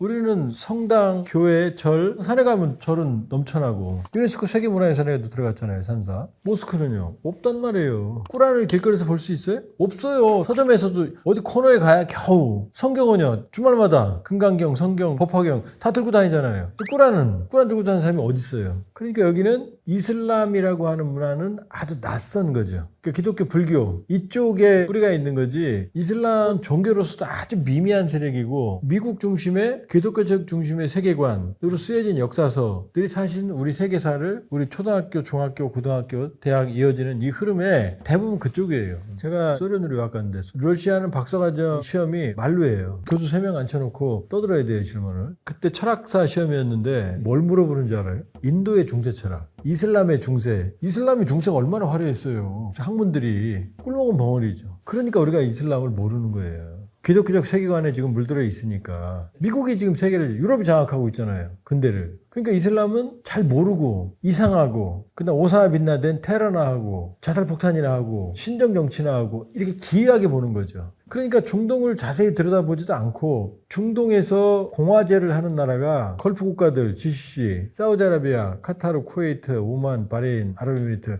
이 다 왕정이에요. 이거 아는 사람도 많지 않아요. 이 간단한 걸.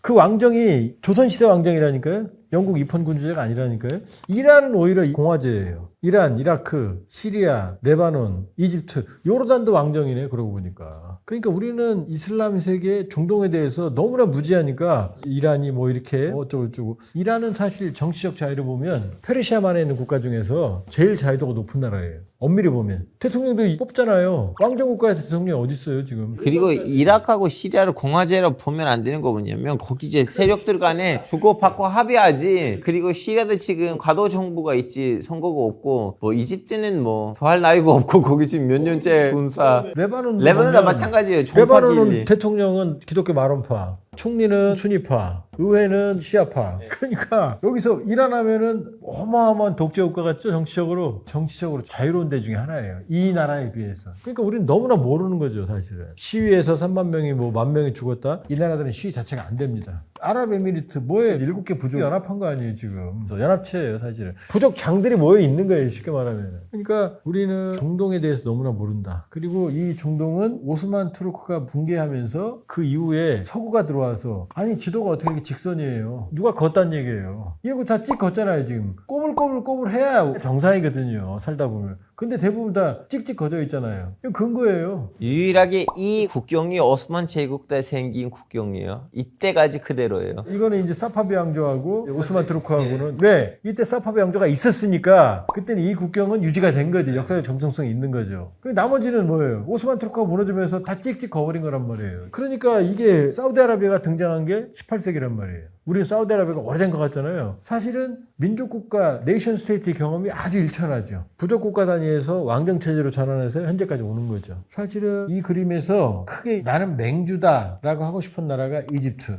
오랜 역사. 사우디아는 이제 최근에 돈 많아져서. 그 다음에 페르시아의 후예. 그 다음에 튀르키예는 돌골. 그 다음에 사담 후세인이 한때 꿈을 가졌죠. 중동에. 그러다 지금 처형당한 거죠. 이 흐름으로 봐야 되는 거죠. 그런데 이스라엘이 갑자기 인구 80만을 사주기 시작했는데 지금 인구가 1,000만이란 말이에요. 그러니까 이스라엘이 좀 심하게 말하면 간이 커진 거죠. 뭐냐면 전에는 어떻게든 여기서 살아남는다. 우리 어릴 때 그렇게 배웠거든요. 거대한 아랍 세력에 살아남으려고 분투하는 처절한 민족. 지금은 아니잖아요. 오히려 가자에서 헤즈볼라에서 거의 학살에 가까운 전쟁을 하잖아요. 왜? 인구가 1,000만이거든요. 그러니까 가자도 필요하고 웨스트뱅크도 정착촌을 늘려야 되는 거고 이스라엘도 옛날의 이스라엘 아닌 거죠. 이제 인구 1,000만의 거대한 대이스라엘 제국을 꿈꾸는 거죠. 제가 보기엔 네타냐후는 난 그런 꿈이 있다고 봐요. 뭐 네타냐후 총리 아니어도 국회에 들어가는 내각에 있는 몇 명 장관의 그런 꿈이 있다는 걸 본인 입으로도 얘기했어요. 레바논에서 국경을 리타니 강으로 그려야겠다. 그렇죠. 그 강까지 이스라엘 영토로 해야 된다고 말을 했죠. 재무장관 스모트리치. 제 보기에는 꼭 알아야 되냐라는 질문보다는 잘 알고 있으면 문제가 없네. 맞아요. 굳이 알아야 돼. 근데 잘못 알고 있는 것들이 있어요. 예를 들면 아랍 사람이라면 무조건 이슬람교다. 이집트 인구의 20%는 기독교예요. 요르단에 가보시면 제가 성당들을 다 찍었거든요. 콥트교도라고 그러나요? kop트교도 있고 종교회도 있어요. 제가 이슬람 역사에 대해서 강의하거나 방송하면 이슬람에 대해서 설명을 할 때 문구로서 하나님이라는 단어를 쓰거든요. 밑에 댓글이 주로 그거예요. 하나님이라는 단어를 쓰지 마. 잘못 리딩하고 있어요. 그러면 뭐 앞으로 사과라고 할 때 사과 아니고 애플이라고 해야 되나? 모르니까 잘못 알고 있는 거예요. 예를 들면 중동 아랍에 있는 기독교인들 성당에 아니면 교회에 가면 그럼 뭐라고 할 것 같아요? 하나님이라고 할 것 같아요? 아랍 말로 예배를 하니까 아랍 말로 미사를 올리니까 알라이라고 하겠죠. 왜냐면 알라이라는 단어는 하나님이라는 단어의 아랍어 버전이에요. 아니면 거꾸로. 하여튼 사람들이 중동 역사에 대해서 굳이 알 필요가 없는데 잘못 알고 있는 것들이 있어요.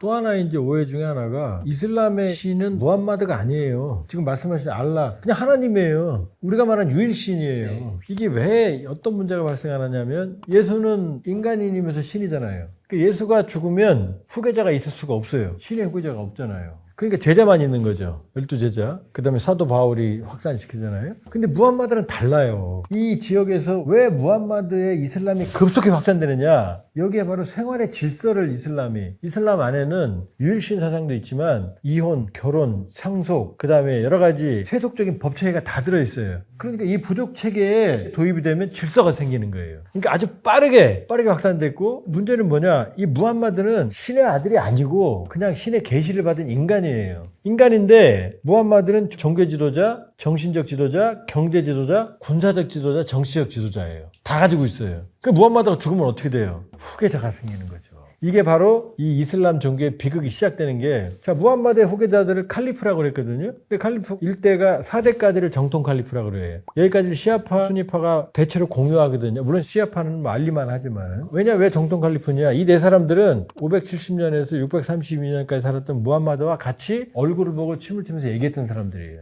요 뒤는 본 적이 없는 사람들이고. 1대가 아부바크르, 2대가 우마르, 3대가 우스만, 4번째가 알리거든요. 근데 아부바크르만 빼놓고 나머지 세 사람 모두 피살당해요. 아부바크르는 한 3년 정도밖에 후계자를 못해요. 2년 좀 넘었어요.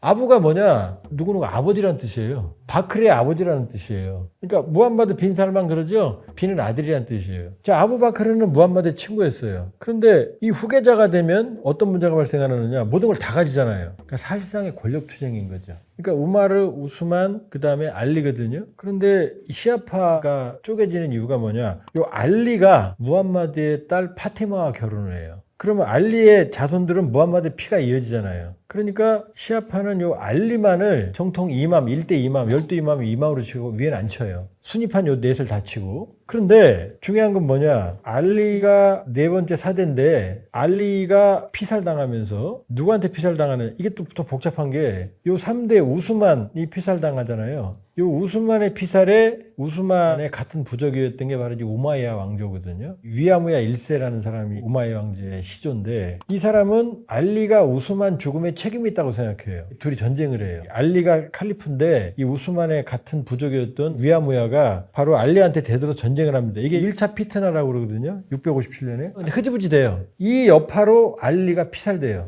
왜 제대로 처리 못했느냐. 그럼 요 아들이 누구예요? 바로 핫산이에요. 그럼 핫산이 누구죠? 무함마드의 피를 이어받았을 거 아니에요. 좀 복잡하죠? 근데 이 핫산은 사람이 훌륭하다고 그럴까? 정치에 관심이 없다고 그럴까? 권력 투쟁이 싫으니까 칼리프 지위를 위아무야한테 넘겨줘 버립니다. 그런데 이 사람이 또 피살당해요. 670년에. 661년에 물려줬는데 이 사람이 암살당해요. 암살당하는데 사람들은 피살당했다고 생각해요. 여기가 중요해요. 핫산의 동생이 누구냐? 후세인이에요. 근데 이 후세인은 이게 뭐냐? 내가 무함마드의 손자다. 내가 정통 칼리프다 라고 주장을 하다가 결과적으로는 야지디, 무아위의 아들로 권력이 승계되는데 이 야지디가 죽여요. 본인이 직접 죽인 건 아닌데 둘이 충돌해서 후세인의 목을 잘라버립니다. 그리고 그 목을 야지디가 있는 다마스커스로 가져가요. 이게 2차 피트나예요. 왜 이 얘기를 하냐면 지금 시아파 입장에서는 수니파가 자기들의 이맘에 목을 쳤다고 생각을 하는 거예요. 언제? 680년에. 어디서? 이라크 카르발라에서. 그러니까 여기서 어마어마한 피비린내 나는 시아파, 수니파가 갈라지는 거예요. 시아파 입장에서는 무함마드의 피를 이어받은 이맘인 후세인의 목을 친 거 아니에요. 누가? 수니파가. 세속적인 세력들이. 이러면서 지금 이쪽 이란은 시아파, 중심이 된 거고 나머지는 모두 순위파가 된 거예요. 그러니까 시아파는 무함마드의 피를 이어받은 사람만이 이맘이 된다. 그리고 마지막 이맘이 알마흐디가 941년에 숨었다. 왜? 얘네들이 탄압에 의해서. 그리고 지금 살아있다. 재림한다. 재림할 때까지는 벨라에테 파키흐, 호메이니, 모주타바, 하메네이가 집권한다. 요 흐름인 거고 이쪽은 뭔 소리야? 그게 아니야. 움마, 이슬람 공동체에서 합의한 사람들은 다 되는 거야. 요 흐름으로 내려온 거예요. 그러니까 둘이 지금 들어보니까 좀 복잡한데 둘이 합의가 되겠어요? 안 되겠어요? 시아파하고 수니파하고. 영원히 안 되는 거죠. 이게 바로 흐름이에요. 그러니까 지금 시아파는 이란이죠. 그 다음에 바레인의 한 60, 70%가 시아파예요. 근데 왕정체제예요. 이라크의 60%, 7%가 시아파. 레바논의 한 3분의 1 정도는 헤즈볼라 남부가 시아파. 예멘의 후티가 시아파 한 3분의 1. 40% 되죠? 그 다음에 아제르바이잔이 또 재미있게 여기가 시아파예요. 일부. 그러니까 이렇게 되는 거고 전 세계의 한 90%는 수니파. 파키스탄도 시아파가 있어요. 한 3천만, 4천만 돼요. 그래서 그 하메네이 죽었을 때 파키스탄에서 미국 영사관에 침입하다 9명이 죽었잖아요. 또 하나는 이슬람이 뭐가 중요하냐면 종교세라는 게 있어요. 자기가 원하는 종교 지도자한테 자발적으로 세금을 내요. 시아파에서는 아예톨라한테 주는데 수니파에서는 알아서 줘요. 누구한테 줄 필요가 없어요. 오히려 본인이 힘든 사람을 본인이 직접 찾아야 돼요. 왜냐하면 그 이슬람 안에 가난한 사람, 힘든 사람, 고아, 과부 이런 사람들 도와주게 돼 있거든요. 무함마드 철학이. 그러니까 그 돈을 쓰게 돼 있어요. 2.5% 자기 재산에 매년 계산하고 나눠줘야 돼요. 기부 아니고 의무예요. 그 돈의 주인이 너 아니야. 그래서 너는 찾아서 힘든 사람들한테 나눠줘야 돼. 라마단 끝나면 이제 2.5%를 계산하고 주는데 시아파에서는 그거는 내가 이제 부족한 인간이니까 나 그런 사람들을 못 찾을 수도 있으니 선생님한테 들으면서 선생님이 알아서 그걸 해결해 주시겠다. 그래서 시아파에서는 자기 소속된 아야톨라 고위급 신학자한테 주는 거고 수니파에서는 단속이 없다 보니까 왜냐면 누구한테 줘야 되는 거 아니다 보니까 시아파만큼 안 줄 때가 많죠. 근데 저는 개인적으로 냅니다. 저 진짜 뭐 한국에서 힘든 사람들한테 많이 돈 냈어요. 그러니까 문제는 뭐냐? 파키스탄에 있는 시아파 있죠? 이 사람은 그 종교세를 누구한테 내느냐? 하메네이한테 내는 거예요. 여기 있는 걷어서 하메네이 관리하에 쓰는 거예요. 그러니까 이게 종교적인 계파가 국가적 단위를 넘어서는 거죠. 그러니까 지금 이란은 인구가 9,300만이잖아요. 근데 사우디아라비아가 2,600만이고 아랍에미리트가 인구가 1,100만인데 1,000만이 외국인이에요. 카타르 300만, 330만인데 원주민은 30만밖에 안 돼요. 여기 다 합쳐도 3천만 정도밖에 안 돼요. 걸프 국가들이. 이란은요 9,300만이잖아요. 거기다 한경한 시아파죠. 수니파들을 용서하지 않으려고 그러죠. 그런데 여기는 뭐예요? 이슬람 혁명을 수출하려고 그러거든요. 이 왕정, 친미, 친이스라엘 이 정권들에게 본심은 항상 이슬람 신정체제를 다 여기도 해야 된다고 생각하는 거예요, 지금. 그러니까 얼마나 무서워요, 이 친구들. 여기 9,300만이 으르렁거리고 있으니까. 그러니까 이 나라들은 어떻게 해요? 미군 기지, 아랍에미리트, 쿠웨이트, 저 카타르에는 알후데이드 공군기지, 제일 큰 거 있어요, 미군. 바레인에는 미국 오함대 기지 있어요. 4개 나라에는 미군 기지가 있는데 사우디아라비아하고 오만은 미군 기지를 이용할 수 있게 돼 있어요. 그러니까 이 나라들은 뭐냐? 안보는 미국, 물론 군사력도 있지만 그 다음에 천문학적인 석유라는 돈으로 주민들한테 뿌려요. 이걸로 정치적 안정을 유지하고 있어요. 근데 지금 딜레마죠. 왜? 미군을 받아들였는데 이란 전쟁은 어떻게 됐어요? 오히려 공격 대상이 됐죠. 그러니까 공격을 받으면서도 왜 이 나라들이 이란하고 전쟁을 안 하느냐? 전쟁하는 순간 어떻게 돼요? 미래가 끝나는 거죠. 이 전체가 전쟁 지역이 되버리잖아요. 그럼 카타르, 두바이 하면 호텔, 그 다음에 관광지, 교통 허브. 아니 사막이 무슨 관광지에 볼 게 뭐가 있어요. 거기에 천문학적인 돈을 들여서 일종의 디즈니랜드를 거대하게 만들어 놓은 거죠. 가면 돈 부자들 쓰기 좋고 진짜로 뭐 람보르기니가 길가에 넘쳐나고 폐차시켜서. 근데 박사님 단순히 그거 아니고 경제 계층에 따라 각각 만들었어요. 굳이 부자 아니어도 돼요. 가난한 사람도 즐길 수 있는 공간을 별도로 만들었고 중간 사람이 즐길 수 있는 공간도 만들었고 아주 생 부자들도 즐길 수 있는 공간을 만들었어요. 저는 장인어른을 데리고 갔었는데 떠날 때 제가 물어봤어요. 느낌 어떠느냐. 장인어른 했던 말이 뭐냐면 그 부왕을 배려하는 자원에서 또 와야겠다. 어떻게 사막에 이런 거 만들었는가. 그러니까 지금 이거예요. 장인어른이 가서 사막에서 야 이런 데가 있어라고 말했잖아요. 오로지 뭐냐? 인공적으로 만든 거예요. 근데 이게 기본이 뭐냐? 바로 평화예요. 여기에 포탄이 떨어지는 순간 끝나는 거죠. 근데 지금 이란이 그걸 아는 거죠. 때려도 아랍에미리트는 여기를 못 때리죠. 그럼 전쟁하는 상태가 되니까. 누가 지금 두바이 가겠어요? 지금 안 가죠? 저 갈라고요. 전쟁 지지해야 되니까. 지지해야 되니까 다다음 주 갑니다. 관광은 안 간단 말이에요. 관광 아니죠. 금융도 안 간단 말이에요. 이제 허브도 안 간단 말이에요. 거기 비행기 갔다가 막히잖아요. 이란 그걸 아는 거예요. 그러니까 사우디 때리고 쿠웨이트 때리면 자 두바이 여기 있잖아요. 누가 봤어요? MSB 무함마드 빈 살만이 봤거든요. 나도 해야지 네옴시티 이거거든요. 근데 이란과 전쟁하는 순간 정정이 불안하면 이거 어떻게 돼요? 베이루트가 되는 거고 가자 지구가 되는 거고 이런 거죠. 이게 딜레마인 거죠. 그러니까 중동 국가들은 지금 부글부글 끓죠. 이란이 밉지만 미국 때문이야 이스라엘 때문이야 이것도 동시에 있는 거죠. 거기다 말씀드렸지만 취약한 왕정 국가니까 국민들이 항상 두려워요. 집회 결사의 자유가 없는데 언제까지 누르겠어요. 그러니까 미군 기지와 돈으로 이 사람들은 뭐 일 안 하고도 살 수 있죠 사실은. 이게 지금 중동 지도의 배경이에요. 근데 이란은요. 니네도 벨라이테 파키우 신정경 쳐야 돼. 언젠가 우리가 이슬람 수출할 거야. 우리 시아파가 정통이야. 이렇게 생각하는 거죠. 그러니까 중동의 그림은 이렇게 봐야 돼요. 세계 4대 문명 얘기를 하잖아요. 이집트, 황하, 메소포타미아, 인더스 이렇게 얘기를 하잖아요. 근데 사실은 가장 오래되고 가장 우리 생활에 깊게 영향을 미친 게 바로 메소포타미아 문명이에요. 왜냐면 클이 나왔어요.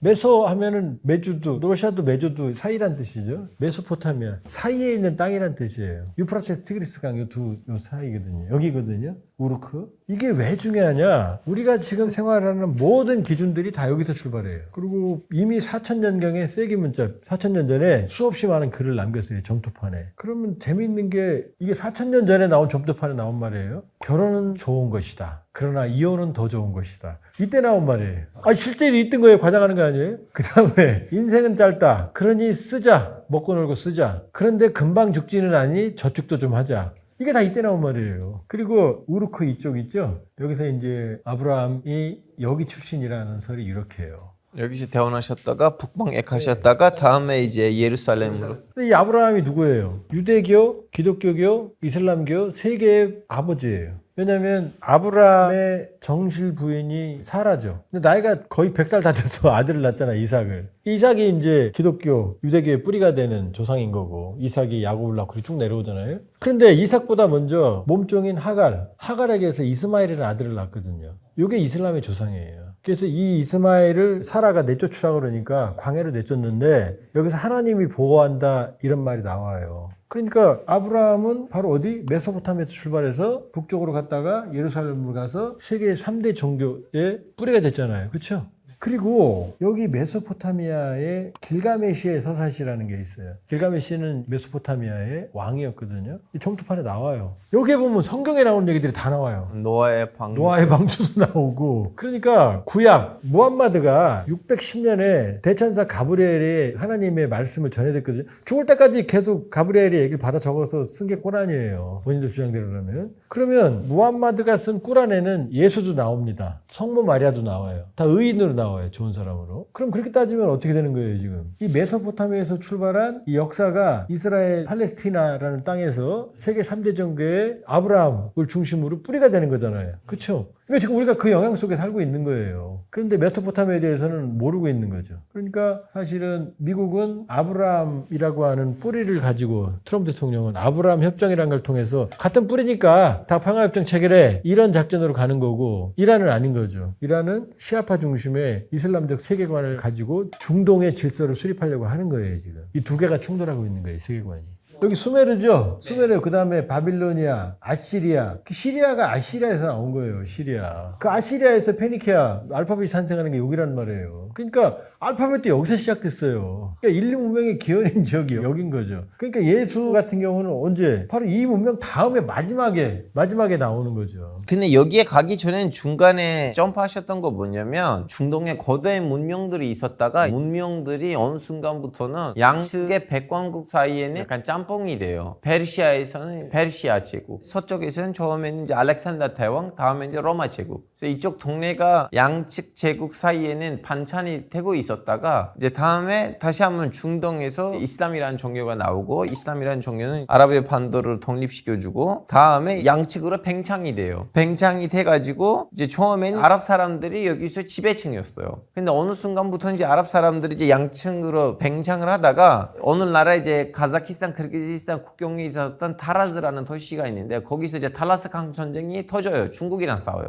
그냥 마침 그때 이제 그 당시엔 중국에는 당나라가 있었는데 당나라도 덜고를 멸망시킨 지 얼마 안 됐었고 덜고의 부족들도 중국 밑에서 살기 싫다 해가지고 그쪽으로 어느 정도 반이주 당한 상황이었었는데 그때 이제 그 덜고 부족들이란 이슬람 제국이 연대를 해서 달라스강 전투에서 당나라를 이겨요. 그때 이제 이슬람 제국이 숫자로 따지면 751년인데 덜고 애들이 잘 싸우네? 그럼 우리는 애들을 이용하자. 왜냐면 가성비 너무 좋아. 그러다 보니까 이제 이슬람 제국 안에다가 이 덜고 애들이 들어가요. 여기저기. 물론 단독적으로 저기서 자기 세력도 보이지만 다음에 그 덜고 애들이 와서 모로코에서 스페인 상대를 싸우기도 하고 이집트에서 군인 활동하기도 하고 다음에 이집트에서 나라까지 만들어요. 원래 이민자인데 아랍 형님들로부터 심부름을 받아서 활동하는 사람들인데도 중간에 나 모르겠다 여기 내 거야 해가지고 이집트에서 자기 나라 다 만들어요. 그러다가 이제 시아파가 그동안 단속을 받아서 흩어져 있었는데 중앙 정부가 흔들리는 걸 보고 이번에 시아파가 양측에서 정권을 잡아요. 이란 측에서 한 시아파 나라가 세우고 디니즈 위주로 또 다른 시아파 나라가 세우고 이 양측에 있었던 시아파 나라가 와서 이제 중앙에 있었던 순위 정권을 무너뜨리려고 했는데 때마침 그때 개정한 지 얼마 안 된 덜거레들 셀축 제국이 나와서 갈리프를 살려요. 갈리프도 너는 앞으로 순위 세계의 수호자다 해가지고 그 나라가 이제 갑자기 다른 이슬람 계층들로부터 지지를 받아가지고 대셀축 제국이 확립됐고 다음에 그 제국이 원래 목표는 이집트였어요. 왜냐면 다른 덜거 애들도 가서 이집트에서 정권을 잡는 걸 보고 땅도 너무 좋으니까 원래 소문이 났던 부동산은 이집트, 레바논 이쪽이었어요. 근데 가다 보니까 비잔티움 제국이라는 말이 사실 잘못된 제국이에요.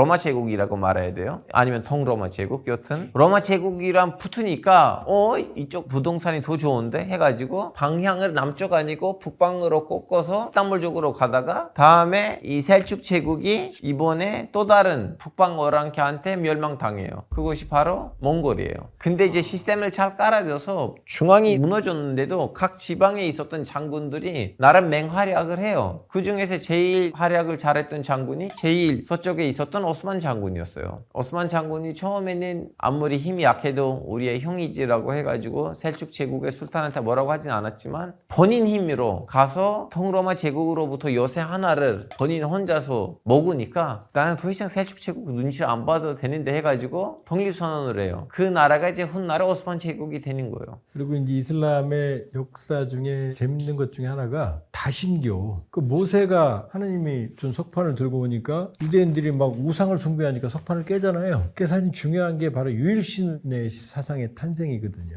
근데 무함마드도 마찬가지예요. 이제 메카가 무함마드 산생지거든요. 카바라고 하는 신전, 검은 돌로 유명하죠. 그 무함마드가 그 카바에 들어가서 그 안에 있던 원래 거기에 유일신이 있던 게 아니고 360개의 그 우상들, 동상이 있었어요. 부족들이 갖고 있던 우상들 다 때려 부시고 유일신 하나만 알라만을 섬기는 장소로 바꾸거든요. 그러니까 이슬람도 다신이라고 하는 세계에서 유일신 세계로 넘어가는데 아주 결정적으로 기여를 한 게 무함마드인 거죠.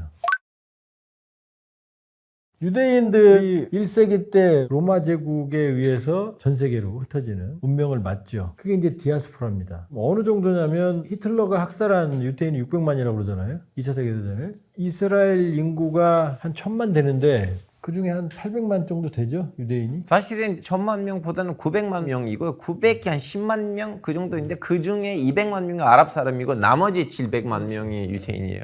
그런데 미국에 있는 유대인이 한 600~700만 돼요. 이 그림을 봐야 돼요. 본토에 있는 인구와 거의 유사한 인구가 미국에 있는 거죠. 근데 이 사람들이 누구예요? 바로 미국을 지배하는 사람들인 거죠. 핵심이. 그러니까 미국의 팍스 아메리카나의 중심에는 유대인들이 있고 그 유대인들이 이스라엘의 존속에 해외에 있는 특히 미국에 있는 유대인들이 미국이 팍스 아메리카나 시대를 열면서 이스라엘의 가장 강력한 후원자는 바로 미국에 있는 유대인들이 된 거고 사실은 좀 심하게 말하면 미국의 리모트 컨트롤 지금도 이스라엘이 전쟁하면 심하게 말하면 다음날 바로 택배로 미국의 첨단 무기가 예루살렘으로 공수가 돼요. 그러니까 흩어졌던 유대인 디아스포라 의도 원래 살던 사람들이 뿔뿔이 흩어진 거죠. 근데 이제 문제는 뭐냐면 복잡한 역사 1차 세계대전 2차 세계대전 거치면서 영국이 지배하던 땅에 유대인들에게 유대인 나라를 세워주겠다. 또 여기 있던 팔레스타인들에게는 팔레스타인 나라를 세워주겠다. 이 두 개의 약속이 충돌합니다. 충돌하는데 이스라엘이 유엔의 권고를 무시하고 48년에 드디어 유대 국가를 설립을 하죠. 그리고 이제 19세기 말이 되면 이제 시오니즘, 유대 국가론이라는 걸 누가 썼죠? 테오도르 헬츠. 세오도 헤르츠리라는 사람이 유대 국가론이라는 걸 만들었고 세계 유대인 대회까지도 개최를 합니다. 이 사람이 건국의 아버지예요. 그러면서 19세기, 20세기 초부터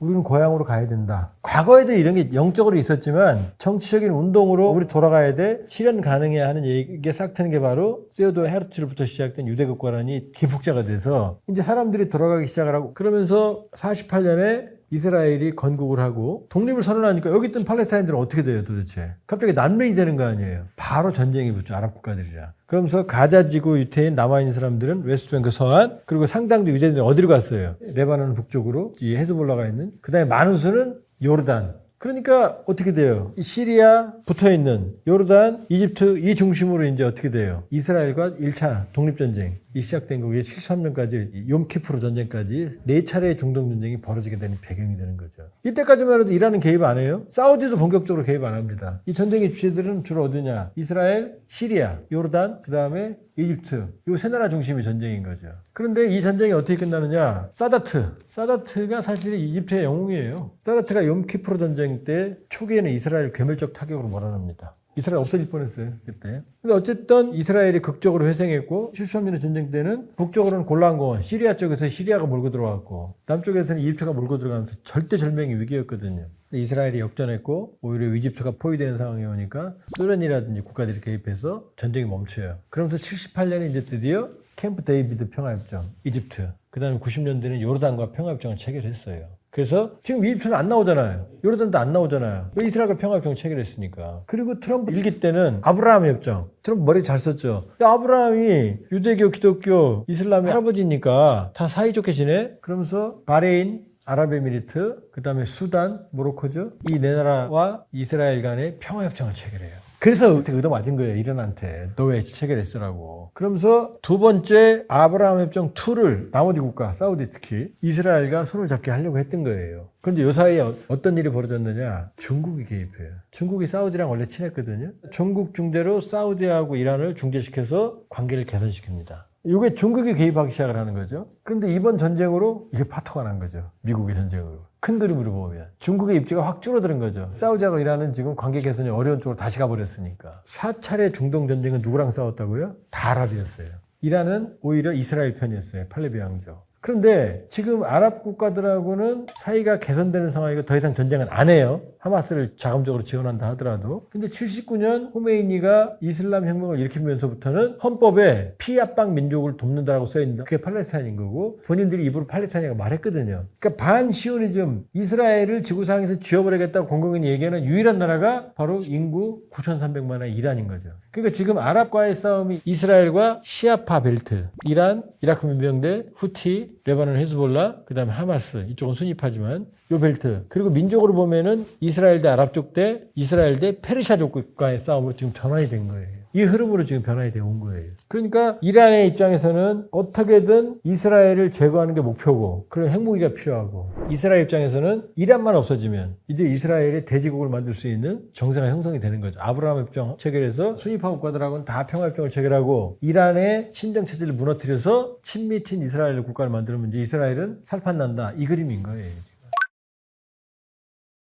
제일 첫 번째 해야 될 거 뭐냐면 텔레비에 나오는 테러리스트하고 IS라든가 알카이다하고 일반인 중동 사람을 동일시하지 말아야겠다는 것보다는 아마 제 보기엔 첫 번째 고름이고 두 번째는 유럽에 있는 난민 문제를 두 번째로 떠오르면 안 되는 거예요. 왜냐면 유럽에 있었던 난민들의 대다수는 시리아 내전으로부터 갔던 사람들이고 나머지 2차적으로는 예전에 유럽 국가들이 약탈을 했던 지역으로부터 갔던 사람들이에요. 그러다 보니까 두 개의 문제가 우리와 중동 지역이란 관계하는 데 있어서 우리한테 도움이 안 되는 사람들이에요. 즉슨 이슬람 국가들 중에서 그 누구도 야 우리는 프랑스에 가자고 하듯이 한국에 가자고 하는 그 어느 세력도 나라도 없어요. 왜냐면 역사적으로 관계가 없어요. 그리고 문화도 너무너무 다르니까 여기 와서 적응하려면 적어도 저처럼 어렸을 때 와야 돼요. 근데 프랑스나 영국이나 다른 나라들은 예전에 치고받고 싸우고 침략하고 지배한 적이 있었기 때문에 이미 어느 정도 관계가 형성됐어요. 근데 이렇게 두 가지 부정적인 거를 가지고 시작하면 안 되고 또 그렇다고 해서 너무나 판타지에 들어가면 안 돼요. 왜냐하면 결론적으로 문화가 우리 문화랑 다르다 보니까 이쪽 나라 사람들은 우리는 무슨 활동을 하려고 하면 알고리즘 안 맞으니까 답답할 거 많을 거예요. 그 답답함 존재하다는 걸 알고 있어야 되고 더질 때는 그 문화적인 문제들을 어떻게 극복해야 되는지를 생각을 해야 돼요. 그래서 너무나 지나친 비관적인 비전도 안 되고 지나친 긍정적인 사고도 안 돼요. 중간을 좀 약간 찾아야 돼요. 이번 이란 전쟁의 루저라고 그러면 겉으로는 이란 같지만 저는 미국과 이스라엘의 상처가 내상이 아주 깊다. 무슨 얘기냐면 미국은 이번 전쟁을 통해서 도덕적 헤게모니를 많이 상실했어요. 결국 우라늄 농축이라는 문제 해결하기 위해서 이란과의 대규모의 전쟁을 벌였고 명분 없는 전쟁이죠. 그러면서 동맹과의 관계도 많이 훼손이 됐고 미국이 벌인 침략 전쟁입니다. 명분이 있다 하더라도 충분치 않은 그리고 그 과정에서 여러 가지 면에서 무리수를 많이 줬다 이렇게 볼 수가 있고요. 얻은 게 별로 없다. 도대체 뭘 위해서 전쟁을 했느냐. 이란의 핵 위협이 임박했다고 그러지만 이란의 핵 위협은 임박하지 않았어요. 농축 우라늄도 60%에서 90% 가는데 시간이 걸릴 거고 90% 우라늄을 가졌다고 핵무기가 아니거든요. 기폭장치를 결합해서 핵실험 해봐야 되는 거고 탄두를 만들어야 되고 ICBM 이게 다 걸려요. 들킬 수밖에 없어요. 다른 수단으로 충분히 막을 수 있었다. 그리고 이란 핵 합의를 먼저 깬 것도 트럼프거든요. 사실은. 그렇게 보면 미국은 이번에 벌인 전쟁으로 도대체 뭘 얻었는지 봤을 때는 제가 보기에는 빈약하다 이렇게 볼 수가 있고 과거의 세계는 이스라엘을 동정의 눈으로 봤습니다. 수천 년간의 디아스포라, 고난, 그리고 600만의 홀로코스트. 그런데 이번 전쟁은 가자 지구의 하마스와의 전쟁 끝에 발생을 했거든요. 물론 하마스가 급습을 해서 무고한 이스라엘 남녀노소를 1000명이 넘게 학살을 하고 수백 명을 인질로 가져가고 용납 못할 천인공날 범죄죠. 그러나 그 이후에 벌어진 그것을 명분으로 한 가자 지구의 전쟁은 사실상 일방적인 학살이다. 가자 지구에서 사망한 사람이 7만이 넘습니다. 근데 그중에 15,000 정도가 하마스로 추정이 되거든요. 하마스 병력 전체가 몇 명인지 알 수가 없어요. 최대 3만, 적으면 2만 정도로 보거든요. 그럼 7만이면 최소 5만은 민간인이라는 얘기입니다. 헤즈볼라도 역시 마찬가지예요. 헤즈볼라의 전쟁도 우리가 뭐 정밀 폭격하지만 도심에서 정밀 폭격이 가능합니까? 그렇게 보면 이스라엘은 이제 우리가 알던 인구 80만의 생존의 허덕이던 이스라엘이 아니다. 오히려 이스라엘이 인도주의, 인권, 그 다음에 이런 부분을 너무나 경시하는 오히려 제국주의적 성격을 보이고 있다. 그리고 이스라엘의 극우와 우려의 수준을 지금 넘고 있다. 이렇게 볼 수 있거든요. 그러면 그동안 이스라엘이 누려왔던 그런 소수민족으로서의 생존을 위한 그런 처절한 투쟁, 여기에 대한 세계인의 시각은 바뀌기 시작을 했다. 그렇게 보고요. 지금 이스라엘은 간과하는 것 중에 하나가 핵 보유국입니다. 국제법대로 인정을 못 받지만 핵탄두를 약 100여 개 정도 보유하고 있는 걸로 알려지고 있거든요. 이스라엘은 가지고 있으면서 농축 수준을 시작하는 이란에 대해서 지도부를 제거하고 틈만 나면 핵과학자를 제거하고 시민과 군사시설을 가리지 않고 두들겨 패고 폭격을 하고 이 자체가 기울어진 운동장이에요. 사실은 그렇게 보면 우리가 알던 인구 1000만의 이스라엘은 이미 제국의 본능 대이스라엘이라고 하는 과욕을 지금 부리고 있다 이렇게 볼 수가 있죠. 그러나 이스라엘을 또 입장에 들어가 보면 이란이라고 하는 위협을 방치하고서는 이스라엘의 미래가 있을 수가 없거든요. 자기들은 핵을 가졌지만 이란이 핵을 가지는 순간 비교 우위가 사라지거든요. 이스라엘은 또 땅이 요만하잖아요. 이란은 한반도의 7.5배지만 이스라엘의 입장을 이해 못할 바도 아니다. 그러나 우리가 알던 처절하게 생존을 위해서 몸부림치던 이스라엘이 이제는 아니다. 오히려 대이스라엘을 꿈꾸는 우경화, 극우화되고 있는 이스라엘의 우려스러운 모습이 나타났다 이렇게 볼 수가 있고요. 이번에 아랍에미리트가 오펙을 탈퇴했죠. 이제 나토도 흔들리고 있고 전통적인 트럼프발 동맹의 질서가 흔들리고 있고 중동의 질서도 흔들리고 있다. 걸프 국가들도 이제 각자 도생의 세계로 가고 있다. 전 세계는 동맹이냐 아니냐 이게 아니라 생존의 국익에 따라서 이합집산하는 각자 도생의 세계로 가고 있다. 그러니까 중동도 이제 우리가 전통적인 세계관에 벗어나서 대한민국 국익 중심의 각자 도생으로 봐야 된다. 필요하면 이란과 손잡고, 필요하면 이스라엘과 손잡고, 필요하면 사우디와 손잡고, 필요하면 산유국이라 하더라도 척을 줄 수 있는 그런 국익 중심의 전략적 명확성으로 가는 수밖에 없다. 오로지 각자 도생 시기에는 나의 힘만 믿을 수밖에 없다. 남이 나를 지켜주지 않는다. 그리고 이란을 보면 알겠지만 타국의 이해에 반하는, 또 타국의 전략적 이해와 충돌하는 우리 국익이 있을 때는 타국이 우리라고 해서 봐주진 않을 거다. 이 무질서의 세계에서 살아남기 위한 우리만의 이제 외로운 길을 가야 된다. 이제 과거는 있고 새로운 무질서의 세계, 각자 도생의 세계에 적응을 해야 된다는 거고요. 그러나 위기는 곧 기회다. 그렇게 보면 우리는 K국방, 또 K경제, HBM이 지금 대표하는 AI 시대의 대한민국 경제, 반도체, 전기, 전자, 조선, 많은 우리 경제 잠재력이 있거든요. 그 다음 K컬처, 그 다음 K데모크라시, 한국의 이 위기를 극복해내는 민주주의 회복 탄력성, 이런 강점을 가지고 위기를 기회로 만드는 그런 지혜가 필요하다. 이렇게 볼 수 있어요.